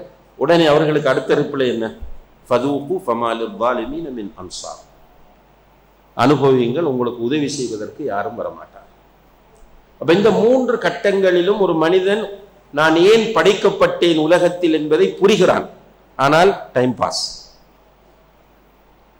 பிரயோசனம் இல்லை. அந்த நிலையிலிருந்து நாம் விடுவிக்கப்பட்டு உலகத்தில் வாழுகிற போது நான் ஏன் படைக்கப்பட்டேன், நான் வாழ்ந்துவிட்டு போனால் அது ஒரு வரலாறாக இருக்க வேண்டும் என்கிற உணர்வு அவனுக்கு வர வேண்டும். இப்போ சஹாபாக்கள் வாழ்ந்தார்கள். எனவே கண்ணியத்திற்குரிய சகோதர சகோதரிகளே, இதுவரையும் நாம் குறிப்பிட்ட இந்த செய்திகள், முதலாவது, அல்லாஹு தஆலா இந்த பிரபஞ்சத்தை வீணாக படைக்கவில்லை. பிரபஞ்சத்தில் உள்ள ஒவ்வொன்றையும் ஒரு அர்த்தத்தோடு படைத்திருக்கிறார். இரண்டாவது, மனிதனை வீணாக படைக்கவில்லை. மனிதனை ஒரு அர்த்தத்தோடு அல்லாஹ் படைத்திருக்கிறார். தான் ஏன் படைக்கப்பட்டுள்ளேன் என்பதை சிந்திக்காத மனிதன் ஆடு மாடுகளை விடவும் வழிகட்டவனாக இருக்கிறான். எனவேதான் அவன் அதிகமாக நரகத்திற்கு போக வேண்டிய நிலை ஏற்படுகிறது. உண்மையிலே ஒரு மனிதன் தான் மௌத்தாகிற நேரத்திலும் மஹ்ஷரிலும் நரகத்தில் போடப்பட்ட பிறகும் படைக்கப்பட்ட நோக்கத்தை சரியாக உணர்கிறான். ஆனால் அது காலம் கடந்த ஞானமாகும் என்பதை நாம் பார்த்திருக்கிறோம். எனவே இந்த உலகத்தில் நாம் படைக்கப்பட்ட நோக்கம் என்ன என்றால் குர்ஆன் வசனம் தான் அதற்குரிய ஆதாரம். வமா ஹலக்துல் ஜின்ன வல் இன்ஸ இல்லா லியஅ்புதூன். ஜின்களையும் மனிதர்களையும் என்னை வணங்குவதற்கே அன்று நான் படைக்கவில்லை. அப்போ மனிதர்கள் படைக்கப்பட்ட நோக்கம் என்ன? இபாதத், அல்லாஹுடைய அப்துகளாக வாழ்வது. அல்லாஹுடைய அப்துகள் என்று சொன்னால் என்ன? அல்லாஹுடைய அடிமைகளாக வாழ்வது. அப்படின்னா என்ன மீனிங்? ஒருவருக்கு அடிமை என்றால் அவருக்கு எந்த சுதந்திரமும் கிடையாது. ஒருவருக்கு அடிமையாக இருக்கிறார் என்றால் அந்த அடிமை உழைத்தாலும் அந்த காசு யாருக்கு போகும்? எஜமானனுக்குத்தான் போகும். ரைட்? அப்ப அடிமை என்றால் அல்லாஹுக்கு அவன் முழுக்க சரணடைந்த நிலையில் இருக்க வேண்டும் என்பதுதான் அதனுடைய அர்த்தம். அதை நாம பிராக்டிக்கலி சொல்லுகிறோம். இன்ன ஸலாத்தி வ நுஸுகி வ மஹ்யாய வ மமாத்தி லில்லாஹி ரப்பில் ஆலமீன். என்னுடைய தொழுகை, என்னுடைய வணக்கங்கள், என்னுடைய வாழ்வு, என்னுடைய மரணம் எல்லாம் அல்லாஹுக்கே உரியது. அல் குர்ஆனிலே அல்லாஹ் இன்னும் ஒரு இடத்திலே சொல்லுகிறான், இன்னல்லாஹ இஷ்தரா மினல் முஃமினீன அன்ஃபுஸஹும் வ அம்வாலஹும் பிஅன்ன லஹுமுல் ஜன்னah. மூமின்களுடைய உயிர்களையும் உடைமைகளையும் சுவர்க்கம் என்கிற விலையை கொடுத்து அல்லாஹ் வாங்கி விட்டான். அப்ப என்னுடைய உயிர் யாருக்கு சொந்தம்? அல்லாஹ்க்கு தான் சொந்தம். என்னிடம் இருக்கிற பொருளாதாரம் யாருக்கு சொந்தம்? அல்லாஹ்வுக்கு தான் சொந்தம். இப்போ உங்களிடத்தில் நான் இப்போ இவரிடத்தில் இந்த போனை கொடுத்து வைத்துக் கொள்ளுது. திரும்ப நான் கேட்கிறேன், யோசிக்கிறத தருவதற்கு. அவர்கிட்ட ஒரு 10 லட்சம் ரூபாய் பணம் கொடுத்து வைத்திருக்கிறேன், தாருங்கள் என்று கேட்கிறேன். அவர் யோசிப்பாரா தருவதற்கு? யோசிக்க மாட்டார். சிம்பிளா தூக்கி தருவார். அவருக்கு எந்த சங்கடமும் இருக்காது. கவலைப்படவும் மாட்டார், யோசிக்கவும் மாட்டார், தயங்கவும் மாட்டார். ஏன்? தந்தவர் கேட்கிறார், கொடுத்தவர் கேட்கிறார். எனவே திருப்பி கொடுப்பது என்னுடைய கடமை. அப்ப என்னுடைய உயிர் யாருக்கு சொந்தம்? அல்லாஹுக்கு. அல்லாஹ் என்னுடைய உயிரை கேட்டால் தயங்கலாமா? என்னுடைய பொருளாதாரம் யாருக்கு சொந்தம்? அல்லாஹுக்கு சொந்தம். அல்லாஹ் கேட்டால் நான் தயங்கலாமா? இல்லை. இந்த கான்செப்டை, இந்த விஷயத்தை சஹாபாக்கள் சரியாக புரிந்து கொண்டார்கள். எனவே அவர்கள் தயங்கவில்லை. அல்லாஹுக்காக என்று ஒருவர் நம்மிடம் சதகா கேட்டால், கொடுக்காமல் இருந்தால், அல்லாஹுக்காக சதகா கொடுங்க என்று ஒருவர் கேட்கிறார். அந்த நேரத்தில் கொடுக்காமல் இருந்தால் அவருக்கு அல்லாஹுடைய சாபம் உண்டாகும். அல்லாஹுக்காக தாருங்கள் என்று கேட்கவும் கூடாது என்று சொல்கிறார்கள் ரசூலுல்லாஹி ஸல்லல்லாஹு அலைஹி வஸல்லம். இந்த சதகா கேட்கும்போது அல்லாஹுக்காக தாங்கள் கேட்கக்கூடாது. அல்லாஹுக்காக தாருங்கள் என்று ஒருவர் கேட்டுவிட்டால் கொடுக்காமல் இருக்கவும் கூடாது. இந்த அல்லாஹுக்காக ஈசா அலைஹிஸ்ஸலாம் அவர்களுடைய சம்பவம் ஒன்று உங்களுக்கு தெரியும். அவர்கள் ஒரு வழியால் வரும்போது ஒருவன் திருடுகிறார். ஈசா அலைஹிஸ்ஸலாம் அவர்கள் அவனை போய் பிடித்து கொண்டார்கள். பிடித்து கேட்டார்கள், நீ திருடினாய் அல்லவா என்று கேட்டோன்னா அவன் என்ன பதில் சொன்னான்? ஃபவல்லாஹி அல்லதி லா இலாஹ இல்லா ஹு மா ஸரக்து. வணக்கத்திற்கு தகுதியான கடவுள் அல்லாஹ்வை தவிர வேறு யாரும் இல்லை. அந்த அல்லாஹ்வின் மீது சத்தியமாக சொல்லுகிறேன், நான் திருடவில்லை. சுப்ஹானல்லாஹ். ஈசா அலைஹிஸ்ஸலாம் என்ன பண்ணாங்க தெரியுமா? என்ன பண்ணாங்க? அவர்கள் சொன்னார்கள், ஆமன்து பிரப்பி. நீ சத்தியம் பண்ணிக்கிறது யாரில்ல? என்னுடைய உயிரை நான் விற்றிருக்கிற அல்லாஹ்வின் மீது, என்னுடைய பொருளாதாரத்தை நான் விற்றிருக்கிற அல்லாஹ்வின் மீது சத்தியம் பண்ணி இருக்கிறாய். என்னுடைய கண்கள் போய் சொல்லிவிட்டன என்று அவனை விட்டுட்டு போனாங்க. சுப்ஹானல்லாஹ். இதை கொஞ்சம் யோசிங்க. இந்த ஹதீஸை, என்னுடைய யதார்த்த நிலையை யோசிங்க. அப்ப அல்லாஹுக்காக என்ற நிலையில் வாழ்வதுதான் இந்த உலகத்தில் இந்த குறுகிய காலத்தினுடைய நோக்கம். கொஞ்சம் கஷ்டம், லேஸ் இல்லை. ஆனால் புரிந்து கொண்டால் லேஸ். புரிவது கஷ்டமாக இருக்கும், புரிந்து விட்டால் லேஸ். இப்ப நமக்கு இந்த அடிப்படை புரியாத காரணத்தினால்தான் நம்ம என்ன பண்றோம் என்றால், இப்ப பள்ளியை கட்டி முடிச்சிட்டோம். பள்ளி கட்டி முடிஞ்சா நம்ம ஏதோ சாதித்தது போல நினைக்கிறோம். நம்முடைய சாதனை என்ன இருக்குதுல்ல? நம்ம ஏதாவது இதில் சாதிச்சோமா? இல்லை. அல்லாஹ்வுடைய நாட்டம். சில பள்ளிகள் உரிமையாளர்கள் தெரியாமலேயே கட்டுப்படுகிறது. நம்முடைய சலீம்பாய், சென்னையிலேருந்து நம்மோட வந்திருக்கக்கூடிய சலீம்பாய் அவர்களுக்கு நேற்று ஒரு கால் வந்தது, ஒரு மெசேஜ் வந்தது. அவர்களுடைய அந்த ஏரியாவில் அவர்கள் ஒரு நிலம் வாங்கி பள்ளி கட்டி கொண்டிருக்கிறார்கள். ஒரு சகோதரர் வந்திருக்கிறார். நேற்று வெள்ளிக்கிழமை, முந்த நாள், நேற்று தானே, நேற்று வெள்ளிக்கிழமை வந்திருக்கிறார். ஜும்மா தொழுதுட்டு அப்படியே ஒரு மஞ்சள் பை ஒன்று கொடுத்து விட்டு போயிருக்கிறார். அவர்கள் யார் என்று நோட் பண்ணி கொள்ளவும் இல்லை, கவனத்தில் எடுக்கவும் இல்லை. இது பள்ளிக்குரியது என்று சொல்லி கொடுத்துட்டு போயிருக்கிறார். எடுத்து பார்த்தா 5 லட்சம் ரூபாய் பணம் உள்ளே இருக்கிறது.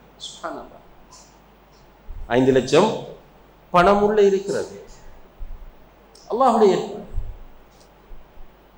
இப்போ நீங்கள் ஒரு பிஸ்னஸ் பண்ணுகிறீர்கள், திடீரென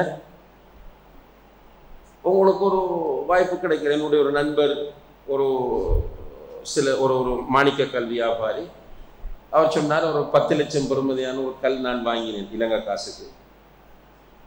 ஒருவர் வந்து 5 லட்சம் டாலருக்கு அதை கேட்டு விட்டு போகிறார்.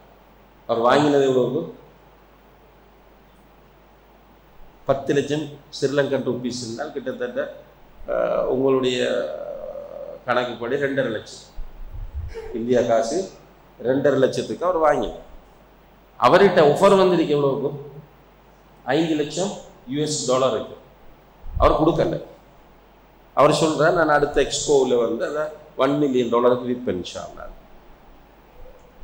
ரைட். இதில் எதுக்கு நான் குறிப்பிட்றேன்னு கேட்டால், இங்கே ஒன்றும் நம்மட இல்லை, நம்மட பிளானிங் எல்லாம் சும்மா. இது எப்போ புரியும்? ரப்பை புரிந்தால், நான் ஏன் படைக்கப்பட்டேன் என்பதை புரிந்தால் இதெல்லாம் சிம்பிள். எனவே அல்லாஹு தஆலா நம்மை சில விஷயங்களுக்கு சபபாக்குவார். இப்போ இந்த பள்ளி மட்டுமல்ல, பள்ளி வாசல்களை நிர்வகிப்பது. எங்கேயாவது பள்ளிவாசல் நிர்வாகிகளுக்கு சம்பளம் இருக்கிறதா? எங்கேயாவது நம்ம கேள்விப்படும், தலைவருக்கு இவ்வளவு, செக்ரட்டரிக்கு இவ்வளவு, ட்ரெஷரருக்கு இவ்வளவு, ஏனைய உறுப்பினர்களுக்கு, எக்ஸிகூட்டிவ் மெம்பர்ஸுக்கு இவ்வளவு சம்பளம் எங்காவது கிடையாது. என்ன பண்ணுவாங்க? பெரும்பாலும் வெளியில் உள்ளவன் நிறைய பேசுவான். அந்த விமர்சனம் எந்த ஊரிலாக இருந்தாலும் சரி, நெகட்டிவாக விமர்சனம் செய்கிறவன்கிட்ட 2 விஷயம் இருக்கு. நல்லா புரிஞ்சு கொள்ளுங்க, இதை குறித்து கொள்ளுங்க. இப்போ எப்பவுமே வந்து கணக்கு கேட்கறது, குறை சொல்றது, இப்படி ஒரு டீம் இருப்பான். இவன்கிட்ட 2 விஷயங்களை நீங்க பார்க்கலாம். ஒன்று, இவன் ஒரு பைசா கூட தர மாட்டான். இவன் ஒரு பைசா கூட அந்த ப்ராஜெக்டுக்கு தந்திருக்க மாட்டான். ஆனால் அவன் தான் ஃபேஸ்புக்கில் எழுதுவான், அவன் தான் மக்களை தூண்டுவான். இது ஒரு விஷயம். 2வது விஷயம் என்னென்றால், அவன் ஏதாவது ஒரு பொது சபைகளில் இருந்தால், ஒரு ஆர்கனைசேஷனில் அவன் இருந்தால், அவன் திருடனாக இருப்பான். அவனை வைத்துத்தான் மற்றவர்களை அவன் மதிப்பீடு செய்கிறான். அவன் பொது சொத்தை திருடக்கூடியவனாக கண்டிப்பாக இருப்பான். அதனால இந்த கணக்கு கேட்கிற தன்மை அவனிடம் வருகிறது. இப்படி ஒரு டீம் இருப்பார்கள். ஆனால் பெரும்பாலும் நம்முடைய அனுபவத்தில் இப்படியான பணிகளில் ஈடுபடுகிறவர்கள் அவர்களுடைய பாக்கெட்டில் இருந்து தான் செலவு செய்வார். இப்போ சென்னைக்கு போக வேண்டும் என்று சொன்னால் அவங்களுக்குள்ள பணம் போட்டு அவங்களோட டிக்கெட்டில் தான் போவாங்க.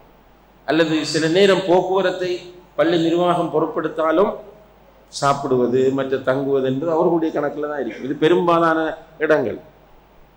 இப்படியான ஒரு வேலை நமக்கு கிடைக்கிறது. எது? பள்ளியை நிர்வகிக்கக்கூடிய ஒரு வேலை கிடைக்கிறது. இது நம்முடைய திறமையா, அல்லாஹுடைய தேர்வா? அல்லாஹ் தேர்வு செய்கிறார். இப்போ ஒரு வருஷமா வர்ற பாட்டுக்கு ஒரு டீ கடை வைத்துக் கொண்டிருக்கிறார், ஒரு ரிட்டைல் ஷாப் வைத்திருக்கிறார், ஒரு ஜவுளி கடை வைத்திருக்கிறார். காலையில் எழும்புவார், கடையை போய் திறப்பார், நைட் ஆகும்பரையும் கடையில் நிற்பார். இடையில தொலை கிடைக்கும், தொலை கிடைக்காது, ரைட், பொய் சொல்லுவார், சில நேரம் ஏமாற்றுவார். இப்படிலாம் பண்ணிட்டு நைட்டுக்கு டயர்டோட வீட்டை வருவார். வந்து கணக்கெல்லாம் பார்த்துட்டு அப்படியே தூங்கிடுவார். மறு காலையில் எழும்பி திரும்ப கடைக்கு போவார், வருவார், போவார், வருவார். என்ன இவர லைஃப்ல என்ன இருக்கு? அப்படி இருக்கக்குள்ள ஜனாசா அறிவித்தல், இந்த கடைக்காரர் இன்று வஃபாத்தாகி விட்டார், இந்நாளிலாக வென்னார். அவர் கடையில் தேடியது என்பது அவருடைய நியத்தை பொறுத்து ஹலாலாக இருந்தால் அல்ஹம்துலில்லாஹ். ஆனால் இப்படியான பணிகளில் ஈடுபடுவது என்பது பெரிய ஒரு ஹைர் பரக்கத். இந்த 70 வருடத்திற்குள் நமக்கு தேவை என்னென்று கேட்டால் அல்லாஹுடைய திருப்தி, மீசான் என்ற தராசுக்கு வெயிட். ஏன்னா அல்லாஹ் சொல்றான், ஃபஅம்மா மன் ஸகுலத் மவாஸீனுஹு ஃபஹுவ ஃபீ ஈஷத்திர் ராதியா. யாருடைய மீசான் வெயிட்டாக இருக்கிறதோ ஃபஹுவ ஃபீ ஈஷத்திர் ராதியா, அவர் அல்லாஹ் பொருந்தி கொண்ட வாழ்க்கையில் இருப்பார். வஅம்மா மன் ஹஃபத் மவாஸீனுஹு, யாருடைய மீசான் வெயிட் லெஸ்ஸாக இருக்கிறதோ ஃபஉம்முஹு ஹாவியா, அவர் ஒதுங்குமிடம் ஹாவியாவாகும். மா அதராக மாஹியா, என்னது? நாருன் ஹாமியா. கடைசியில் அவர் போய் எங்க நிற்க போறார்? கொழுந்து விட்டறியக்கூடிய நெருப்பில் தான் போய் விழப்போகிறார், நரகத்தில் தான் போய் விழப்போகிறார். அப்ப இந்த பணிகளுக்கு இப்ப நான் என்ன யோசிப்பேன் என்றால், தஅவா பண்ணுவது என்பது எனக்கு கிடைத்த ஒரு பெரிய ஒரு கோல்டன் ஆப்பர்ச்சுனிட்டி. அதை விட பெரிய ஆப்பர்ச்சுனிட்டியாகத்தான் கருது. எதுக்கு? முதல் விஷயம், இதனுடைய கடமை. ரெண்டாவது விஷயம், நான் இந்த தாவா பண்ணும்போது என்ன பண்றேன்? மக்களுக்கு நல்லதை கற்றுக் கொடுக்கிறேன். மக்களுக்கு நல்லதை கற்றுக் கொடுக்கிறவருக்கு அல்லாஹும் மலக்குகளும் ஸலவாத்தை சொல்லுகிறார். இதை விட இந்த பெரிய பாக்கியம் எனக்கு வரும். மக்களுக்கு நல்லதை கற்றுக் கொடுக்கிறவருக்கு அல்லாஹும் மலக்குகளும் ஸலவாத்தை சொல்லுகிறார். மூன்றாவது, என் மூலம் ஒருவருக்கு நேர்வழி அல்லாஹ் கொடுத்து விட்டால் எனக்கு எத்தனையோ சிவப்பு ஒட்டகங்கள் இந்த உலகத்தில் கிடைப்பதை விட பாக்கியம். நான் ஒருவருக்கு நாலாவது, நல்லதை சொல்லி அவர் அதை எடுத்து நடந்தால். இப்ப உதாரணமாக காலையில் நீங்கள் எழுந்தால் லா இலாஹ இல்லல்லாஹு வஹ்தஹு லா ஷரீக லஹு லஹுல் முல்கு வ லஹுல் ஹம்து வ லா குல்லி ஷைஇன் கதீர் என்று 100 தடவை நீங்கள் ஓதுங்கள். உங்களுக்கு 10 அடிமை உரிமையிட்ட நன்மை கிடைக்கும், 10 அந்தஸ்து உயர்த்தப்படும், 10 பாவங்கள் அழிக்கப்படும். அன்றைய நாளில் அது உங்களுக்கு ஷைத்தானிடமிருந்து பாதுகாப்பாக அமையும். இதை நான் உங்களுக்கு படித்து தருகிறேன். இப்போ நீங்கள் போய் ப்ராக்டிஸ் பண்ணுறீங்க, உங்களுக்கு என்ன கிடைக்கும்? 10 அடிமை உரிமையிட்ட நன்மை கிடைக்கும். ரைட்? உங்களுக்கு எத்தனை கிடைக்கும்? 10 அடிமை உரிமையிட்ட, 10 பாவம் மன்னிக்கணும், 10 அந்தஸ்து உயர்த்தப்படும், உங்களுக்கு ஷைத்தானிலிருந்து பாதுகாப்பு கிடைக்கும்.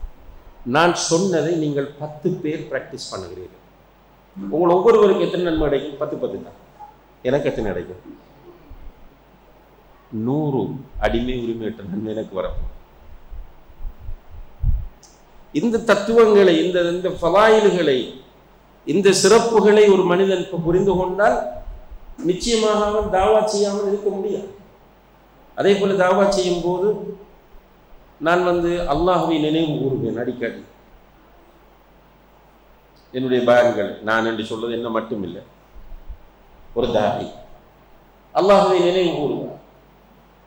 அந்த சபை அல்லாஹ் என்ன சொல்லுகிறான் ஹதீஸுல் குத்ஸியிலே, ஒரு அடியான் அவனுடைய மனதுக்குள் என்னை நினைவு கூர்ந்தால் நானும் அவனை என்னுடைய மனதுக்குள் நினைவு கூறுகிறேன்.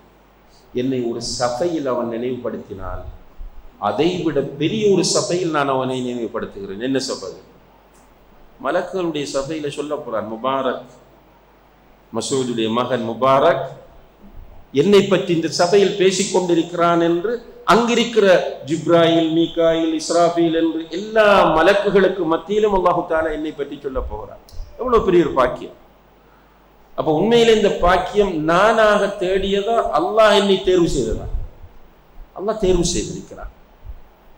அந்த வகையில் அன்புள்ள சகோதர சகோதரிகளே, நீங்களும் பள்ளியை நிர்வகிப்பதற்கு, தாவா செய்வதற்கு, இந்த பள்ளியை கட்டுவதற்கு, இது போன்ற பணிகளில் ஈடுபடுவதற்கு உங்களுக்கு ஆர்வம் வருகிறது என்றால் அல்லாஹ் உங்களை தேர்வு செய்திருக்கிறான் என்பதை நீங்கள் புரிய வேண்டும். சிறப்பாக தேர்வு செய்திருக்கிறான். லேசா இல்லை. நம்மட ஃப்ரெண்டை பாருங்க, கூட படித்தவர், சிலவன் ட்ரக்ஸுக்கு அடிமை, சிலவன் சினிமாவுக்கு அடிமை, சிலவன்கிட்ட தொழுகை இல்லை, சிலவன் வட்டியோட தொடர்பு. நம்மளோட கூட படித்தவன். சிலவன் பெண்களுக்கு பின்னால் அலைந்து திரிகிறான், சிலவன் ஒன்றும் இல்லாமல் திரிகிறான். ஆனால் நான் மஸ்ஜிதில் இருக்கிறேன், நான் பள்ளிவாசலோடு தொடர்பாக இருக்கிறேன், பள்ளிவாசல் கலெக்ஷன், பள்ளிவாசல் கிளீனிங், தர்ஸ் ஏற்பாடு, தாவா பணி, போஸ்டர் ஒட்டுகிறேன். சீப்பாக நினைக்க வேண்டாம். பெரிய பணி செய்வதற்கு அல்லாஹ் என்னை தேர்வு செய்திருக்கிறான். இதை நம்ம புரிய வேண்டும். சிலர் நினைக்கிறாங்க என்னுடைய டேலண்ட். தப்பு. மக்கா வெற்றி நடக்கிறது. ரசூலுல்லாஹி அடி வாங்கி அடி வாங்கி அடி வாங்கி முடியலை. மக்காவில் வைத்து அடித்தார்கள். மதீனாவுக்கு வந்ததுக்கு பிறகு அடிக்கடி கடைசியில் ஹிஜ்ரி 6ஆம் ஆண்டு ஹுதைபியா வந்து நின்று உம்ராவுக்கு போக வந்த விடல ஹுதைபியாவில் திருப்பி அனுப்பினார்கள். எவ்வளவு கஷ்டம். அதில் சஹாபாக்களுக்கு இடையில் சின்ன சின்ன மனக்கசப்புகள் எல்லாம் ஆரம்பத்தில் ஏற்பட்டன. கடைசியிலே ரசூல் ஸல்லல்லாஹு அலைஹி வஸல்லம் அவர்கள் ஹிஜ்ரி 8ஆம் ஆண்டு மக்காவை வெற்றி கொள்கிறார். எல்லா காபிர்களும் பயந்து ஓடிப்போய் என்ன செய்வதென்று தெரியாமல் நிற்கிறார்கள். அந்த நேரத்தில் ரசூல் ஸல்லல்லாஹு அலைஹி வஸல்லம் அவர்கள் தன்னுடைய தலையை குனிந்து கொண்டுதான் கஅபத்துல்லாஹ்வுக்குள் நுழைந்தார். அல்லாஹ் என்ன சொன்னார் அதுக்கு முன்னாடி? இதா ஜாஅ நஸ்ருல்லாஹி வல் ஃபத்ஹ் வரஅய்த الناس يدخلون في دين الله أفواجا فسبح بحمد ربك واستغفر إنه كان توابا. அல்லாஹ்வுடைய உதவி வெற்றி வந்து மக்கள் கூட்டம் கூட்டமாக இஸ்லாத்திற்குள் வருவதை கண்டால் திமிர் வந்து விட வேண்டாம், பெருமை வந்து விட வேண்டாம், கர்வம் வந்து விட வேண்டாம். நீ அல்லாஹ்வை தூய்மைப்படுத்து, அல்லாஹ்வை புகழ், இஸ்திக்பார் செய். அதனால தான் ரசூல் ஸல்லல்லாஹு அலைஹி வஸல்லம் அவர்கள் தன்னுடைய தலையை குனிந்து கொண்டு சென்றார். அந்த குர்ஆன் வசனம் அருளப்பட்டதிலிருந்து ருகூஇலும் சுஜூதிலும் சுப்ஹானக அல்லாஹும்ம ரப்பனா வ பிஹம்திக அல்லாஹும்ம இக்ஃபிர்லி என்று ஓதிக்கொண்டு சொன்னார். எனவே அன்புள்ள சகோதர சகோதரிகளை, இங்கே இருக்கிற பெரும்பாலானவர்கள் வெளியூரிலிருந்து வந்திருக்கிற சகோதரர்களாக இருந்தாலும் சரி, தஅவா பணியில் ஈடுபட வேண்டும் என்கிற நியத்தோடு இருப்பவர்கள், மர்கஸுகளையும் மஸ்ஜிதுகளையும் சரியாக பராமரிக்க வேண்டும் என்று இருப்பவர்கள், இதிலே நீங்கள் ஈடுபடும் போது முதலில் அல்லாஹ்வுக்கு ஷுக்ர் செய்யும். இதற்கு அல்லாஹ் என்னை தேர்வு செய்து விட்டான் என்று மகிழ்ச்சி அடையும். நம்ம இவ்வளவு நேரம் பேசிக்கொண்டு வந்த விஷயம் அதுதான். நிறைய பேர் வாழ்க்கைக்கு அர்த்தம் புரியாமல் இருக்கிறீர்கள். இப்ப இந்த பள்ளிவாசலை கட்டுவதில் ஈடுபட்ட உங்களுடைய வாழ்க்கைக்கு ஒரு அர்த்தம் இருக்கிறது. நீங்கள் ஒன்றை சாதித்து விட்டீர்கள். அல்லாஹ்வுடைய தௌஃபீக்கை கொண்டு சாதித்து விட்டீர்கள். இந்த பள்ளிவாசல் நாளைக்கு உடைக்கப்படுமா? இல்லை, இன்ஷா அல்லாஹ். இன்ஷா அல்லாஹ் இந்த ஊர் இருக்கும் வரைக்கும் இந்த மஸ்ஜித் இருக்கும், உலகம் இருக்கும் வரைக்கும் இந்த மஸ்ஜிதும் இருக்கும் இன்ஷா அல்லாஹ். இன்னும் ஒரு 100 வருடங்களில் இங்க இருக்கிற சின்ன பையன் கூட இருக்க மாட்டார். சரியா தவறா நான் சொல்லுவேன்? இப்போ சில நேரம் தாய்மாருடைய கைகளில் 2 வயது 1 வயது குழந்தை கூட இருக்கலாம். அந்த குழந்தை இன்னும் 100 வயதில் இருக்க மாட்டார். எல்லாரும் போயிடுவோம். ஆனா மஸ்ஜித் இருக்கும் இன்ஷா அல்லாஹ். இது போல நீங்கள் ஒவ்வொரு ஊரிலும் அமைத்திருக்கிற மஸ்ஜிதுகள் இருக்கும், மர்கஸுகள் இருக்கும், மதரசாக்கள் இருக்கும். எனவே அல்லாஹ் உங்களுக்கு தௌஃபீக் செய்திருக்கிறான் இதிலே பங்காளிகளாக ஆகுவதற்கு. ஆனால் இந்த பணியில் ஈடுபடுகிறவர்களை யாருக்கு பிடிக்காது? யாருக்கு பிடிக்காது? ஷைத்தானுக்கு பிடிக்காது, இல்லை அறவே பிடிக்காது. அவனுக்கு எதிரானவர்கள் நீங்கள். எனவே உங்களை அவன் முழுக்க இலக்கு வைப்பான். ரசூல் ஸல்லல்லாஹு அலைஹி வஸல்லம் அவர்கள் ஹஜ்ஜத்துல் விதாவில் வைத்து பணி முடியுது. அவர்களுடைய ஹஜ்ஜத்துல் விதா என்பது அவர்களுடைய பணி முடிந்து விட்டது என்பதற்குரிய அடையாளம். அந்த ஹஜ்ஜத்துல் விதாவில் வைத்து சொன்னார்கள் சஹாபாக்களை பார்த்து, அவர்களுடைய கடைசி நசீஹத் அது, கடைசி வசியத் அது. என்ன சொன்னார்கள்? இன்ன ஷைத்தான கத் யஇஸ அன் யஅபுதஹுல் முஸல்லூன ஃபீ ஜஸீரத்தில் அரப். அரேபிய தீபகற்பத்தில் ஷைத்தானை வணங்கி நீங்கள் ஷிர்க் செய்வீர்கள் என்பதில் அவனுக்கு நம்பிக்கை இல்லாமல் போயிடுச்சு. சுப்ஹானல்லாஹ். என்ன தௌஹீதில் அப்படி ஸ்ட்ராங்காக நீங்கள் இருக்கிறீர்கள். நீங்க ஷிர்க்கு பக்கம் போகவே மாட்டீர்கள். ஸல்லல்லாஹு அலைஹி வஸல்லம் சஹாபாக்களை பார்த்து சொல்லுகிறார்கள், உங்களை ஷிர்க்குக்குள்ள தள்ள முடியாது என்பதில் ஷைத்தான் தெளிவாக இருக்கிறார். வலாக்கின் பித்தஹ்ரீஷி பைனகும். ஆனால் ஒரு இடத்தை அவன் பிடித்து வைத்திருக்கிறான் உங்களுக்கு இடையில் ஃபித்னாவை உண்டு பண்ணுவதற்கு. என்னது? சின்ன சின்ன விஷயங்களில் உங்களுக்கு இடையில் முரண்பாடுகளை உண்டு பண்ணி உங்களை குழப்பி வழிகெடுக்கலாம். அப்படி குழம்பிட்டா என்ன நடக்கும்னா அதுக்கு பிறகு சும்மா சிம்பிளாக நரகம் போயிடுவோம். அவதூறை சொல்லுவோம், பொய்யை சொல்லுவோம், அவமானப்படுத்துவோம், புறம் பேசுவோம். சைத்தான் தூண்டிட்டு இருப்பா. நமக்கு அழகாகவே இருக்கின்ற பார்க்கிறோமா இல்லையா? களத்தில் ஒன்றாக இருக்கிறார்கள், முரண்படுகிறார்கள். அதுக்கு பிறகு நீ அந்த தப்பு பண்ணினா, நீ இந்த தப்பு, எல்லாரும் ஒன்றா இருக்கக்குள்ள மறைத்த விஷயங்கள். முரண்பாடு வந்தவுடனே சோசியல் மீடியாவில் வருகிறார்கள், பப்ளிக்கில் தூக்கி போடுகிறார்கள், அவமானப்படுத்துகிறார்கள், விவாதிக்கிறார்கள், மற்றவர்கள் கைகொட்டி சிரிக்கிறார்கள். அதை சைத்தான் அவர்களுக்கு அழகாக கொண்டு அப்படியானவர்கள்ட்ட போய் நீங்க உட்கார்ந்து நசீர் பண்ணி பாருங்க, இது அப்படி கொண்டு போகாதீங்க, இது அசிங்கம், இது ஒரு முஸ்லீமுக்கு அழகில்லைன்னு சொன்ன இவெல்லாம் விடக்கூடாது, இவெல்லாம் தோல் உரித்து காட்ட வேண்டும், இவரெல்லாம் அயோக்கியர்கள், இவரெல்லாம் மார்க்கம் சொல்லக்கூடாது. இது இஸ்லாம் இல்லை. ஆனால் ஷைத்தான் அவர்களுக்கு அந்த காரியங்களை அழகாக்கி காட்டுகிறார். ஏனென்றால் இவர்கள் அவர்களுடைய விஷனிலே உறுதியாக இருந்தால் யார் தோற்று போவார்? ஷைத்தான் தோற்று. அப்ப விஷனை விட்டு அவர்களை டைவர்ட் பண்ண வேண்டும். அதற்கு ஷைத்தான் விளையாடுவார். நாம் நம்முடைய உள்ளங்களை எப்போதுமே முஹாசபா செய்து தூய்மையாக வைத்துக் கொள்ள வேண்டும்.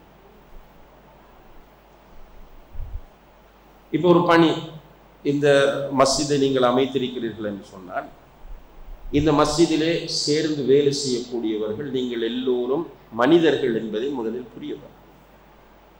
இதுல யாராவது மலக்கிருக்கிறாங்களா? கிடையாது. மனிதர்கள் என்றால் எப்படியானவர்கள்? பலவீனமான.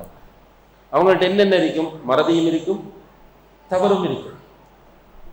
மறதியும் தவறும் இல்லாமல் போனால் சிக்கல். அப்ப கண்டிப்பாக மறதி வரும், தவறு வரும். இப்ப நம்ம அந்த நேரங்கள் கண்ணாடியாக இருந்து செயற்பட வேண்டும், சுட்டி காட்ட வேண்டும். சஹாபாக்கள் அப்படித்தான் ரசூலுல்லாஹி அலைஹி வஸல்லம் அவர்கள் ட்ரெயின் பண்ணார்கள், தர்பியா கொடுத்தார்கள். அந்த இடத்துல சண்டை பிடிப்பார்கள். அபூபக்கர் ரலியல்லாஹு அன்ஹு அவர்கள் ஒரு விஷயத்தை சொன்னால் உமர் சொல்லுவார், என்ன டார்கெட் பண்ணி தான் நீ சொல்ற அதை. பிறகு ரெண்டு பேரும் மன்னிப்பு கேட்பார்கள், சப்ஜெக்ட் அந்த இடத்தோட க்ளோஸ். இப்ப என்ன நடக்குது என்றால், என்னுடைய அனுபவத்தில் இப்படி தாவா சென்டர்கள், மஸ்ஜிதுகள் வைத்துக் கொண்டிருக்கக்கூடியவர்களுடைய மினிட்டை எடுத்து வாசித்தால் என்ன இருக்கு என்று பார்த்தால், நெக்ஸ்ட் என்ன, நெக்ஸ்ட் என்ன, நெக்ஸ்ட் என்ன என்கிற ப்ரோக்ரஸ் இருக்காது. ஒவ்வொரு மீட்டிங்லையும் ஒரு பஞ்சாயத்து இருக்கு. ஒவ்வொரு மீட்டிங் எடுத்துக்கிட்டால் ஒவ்வொரு பஞ்சாயத்து. என்ன பஞ்சாயத்து? தலைவர் பிரச்சனை, செக்ரட்டரி பிரச்சனை, அல்லது பொருளாளருடைய பிரச்சனை, அல்லது இமாமுடைய பிரச்சனை. சுப்ஹானல்லாஹ், இப்படித்தான் போகிறது. உண்மையிலே இந்த மஸ்ஜிதுடைய நோக்கம் என்ன? மஸ்ஜிதுடைய நோக்கம் என்ன? இது ஒரு சென்டர். நான் ஹுத்பாவிலே குறிப்பிட்டது போல இதை கொண்டு நீங்கள் சாதிக்க வேண்டியது நிறைய இருக்கிறது. குறிப்பாக நம்முடைய அடுத்த ஜெனரேஷன் உலக கல்வியும் மார்க்க கல்வியும் உள்ளவர்களாக உருவாக்குகிற மிக முக்கியமான சென்டராக இது இருக்க வேண்டும். இன்றைக்கு நம்முடைய சமூகத்தில் பெரிய பலவீனம், பெரிய பதவிகளில் நம்முடையவர்கள் இல்லை. மார்க்க அறிவுள்ளவர்கள், கொள்கை தெளிவுள்ளவர்கள் பெரிய பொறுப்புகளில் இல்லை. அவர்கள் வருவதனால் என்ன நடக்கும் என்றால், ஒரு நாட்டினுடைய ஊழலை ஒழிக்கலாம், அரச இயந்திரத்தை நல்ல முறையில் இயக்கலாம். அவருக்கு அவர் ஒரு கலெக்டராக வருகிறார். அதே நேரத்தில் அகீதா தெளிவிருக்கிறது. இவர் அவருடைய பணிகளை சரியாக செய்வார். அப்படியானவர்களை உருவாக்க வேண்டிய சென்டர்களாக மஸ்ஜிதுகள் மாற வேண்டும். அது சென்னையில் உள்ள ஒரு பள்ளிவாசல் அதை செய்ய தேவையில்லை, அதுவும் செய்யட்டும். ராஜபாளையத்தில் உள்ள இந்த கல்வி நிறுவனமும் செய்யட்டும். அதே போல ஒவ்வொரு ஊரிலும் இருக்கிற பள்ளி வாசல்கள் அந்த பணியை செய்ய வேண்டும். இதற்கு என்ன தேவை என்றால், நிர்வாகிகள், இந்த பள்ளியை பொறுப்படுத்தியிருக்கிறவர்கள், இதிலே அல்லாஹ் என்னை தேர்வு செய்திருக்கிறார், இது ஒரு அமானிதம் என்கிற உணர்வு வர வேண்டும். ரசூல் ஸல்லல்லாஹு அலைஹி வஸல்லம் அவர்களுக்கு ரிசாலத் கொடுக்கப்பட்ட பிறகு தூக்கம் கலைந்து விட்டவர்கள். கதீஜா ரலியல்லாஹு அன்ஹா அவர்களிடம் வந்து கேட்கிறார்கள், அல்லாஹ்வுடைய தூதரை தூங்குங்க என்று சொல்லும்போது அவர்கள் என்ன சொல்வார்கள் தெரியுமா? கது மலா அஹதுன் நௌமி யா ஹதீஜா, ஹதீஜாவை தூங்குகிற காலம் போய்விட்டது என்று சொல்வார். தனாமு ஐனாய வலா யனாமு கல்வி, என்னுடைய கண்கள் தான் உறங்குகின்றன, உள்ளம் உறங்குவதில்லை என்று சொல்வார். அந்த ஒரு மனநிலை நமக்கு வரும். பெரிய ஒரு அமானிதம். சுப்ஹானல்லாஹ், ஒரு சின்ன ஒரு இடத்தில் இருந்தோம், பிறகு அதை கொஞ்சம் ஒரு கொட்டிலாக டெவலப் பண்ணினோம். சொந்தமாக நமக்கு ஒரு இடம் இருக்கவில்லை. சுப்ஹானல்லாஹ், சொந்தமாக ஒரு இடம் வாங்கி இவ்வளவு பிரம்மாண்டமான ஒரு மஸ்ஜிதை அமைத்து விட்டோம். இது எனக்கு ஒரு சோதனையோ? இதை பற்றி நாளை மறுமையில் அல்லாஹ் விசாரிக்கும் போது நான் என்ன சொல்வது? மக்களுடைய பணம், எங்கெங்கோ எல்லாம் இருந்து வந்த பணம். இந்த பணம் ஒவ்வொன்றுக்கும் நான் மறுமையிலே அல்லாஹ்விடத்தில் பதில் சொல்ல வேண்டுமே என்கிற பய உணர்வு எல்லோரிடம் வர வேண்டும். கலெக்ஷன் பண்ணவர்களிடம் மட்டுமல்ல, பள்ளிவாசலோடு தொடர்பான ஒவ்வொருவரிடம் வர வேண்டும். எதுக்காக கொடுத்தாங்க அந்த பணத்தை? அல்லாஹுடைய தீன், அல்லாஹுடைய மார்க்கம் நிலைநாட்டப்பட வேண்டும். அந்த பிரதேசத்து மாணவர்கள், சிறுவர்கள் சரியான முறையில் உருவாக்கப்பட வேண்டும். அவர்கள் சமூகத்தை பிரதிநிதித்துவப்படுத்தக்கூடியவர்களாக எதிர்காலத்தில் மாற வேண்டும். நல்ல பிரஜைகளாக அவர்கள் மாற வேண்டும் என்கிற நோக்கத்தோடு தானே கொடுத்தார்கள். இந்த உணர்வு நம்மிடத்தில் வர வேண்டும். இன்ஷா அல்லாஹ் நீங்கள் நியத்து வைத்தால் அல்லாஹ் உதவி செய்வார். ஏனென்றால் ஹதீஸ் என்ன சொல்கிறது? இன்னமல் அமாலு பின்னியாத், எண்ணங்களை வைத்துத்தான் செயல்கள் எல்லாம் அமையும். குர்ஆனில் அல்லாஹ் சொல்லுகிறான், ஃபஅம்ம ஸபது ஃபயذهب ஜுஃபா, நுரை காய்ந்து போய்விடும். நுரை தெரிந்தானே எல்லாரும்? நுரை பெருசா வரும். சும்மா நீங்க அந்த சோப் பவுடரை போட்டு பக்கெட்டில் போட்டு அடித்தால் பெரிய அளவுக்கு நுரை வரும். ஒரு 2-3 செகண்ட்ல என்ன நடக்கும்? அப்படியே போயிடும். அல்லாஹ் சொல்லுகிறான், நுரை பார்ப்பதற்கு பெரிதாக இருக்கும், கலர்ஃபுல்லாக இருக்கும், அழகாக காட்சி தரும், ஆனால் போய்விடும். وَأَمَّا مَا يَنْفَعُ النَّاسَ فَيَمْكُثُ فِي الْأَرْضِ, மனிதர்களுக்கு பயன் தரக்கூடியது பூமியில் என்றென்றும் நிலைத்திருக்கும். சுப்ஹானல்லாஹ். அப்ப நம்முடைய நோக்கம் இது பிரயோசனம் தரக்கூடிய ஒரு சென்டராக இருக்க வேண்டும். அதை விட்டு நாம் வெளியே போக விடக்கூடாது. அந்த உணர்வு தான் அமானிதம் என்பது.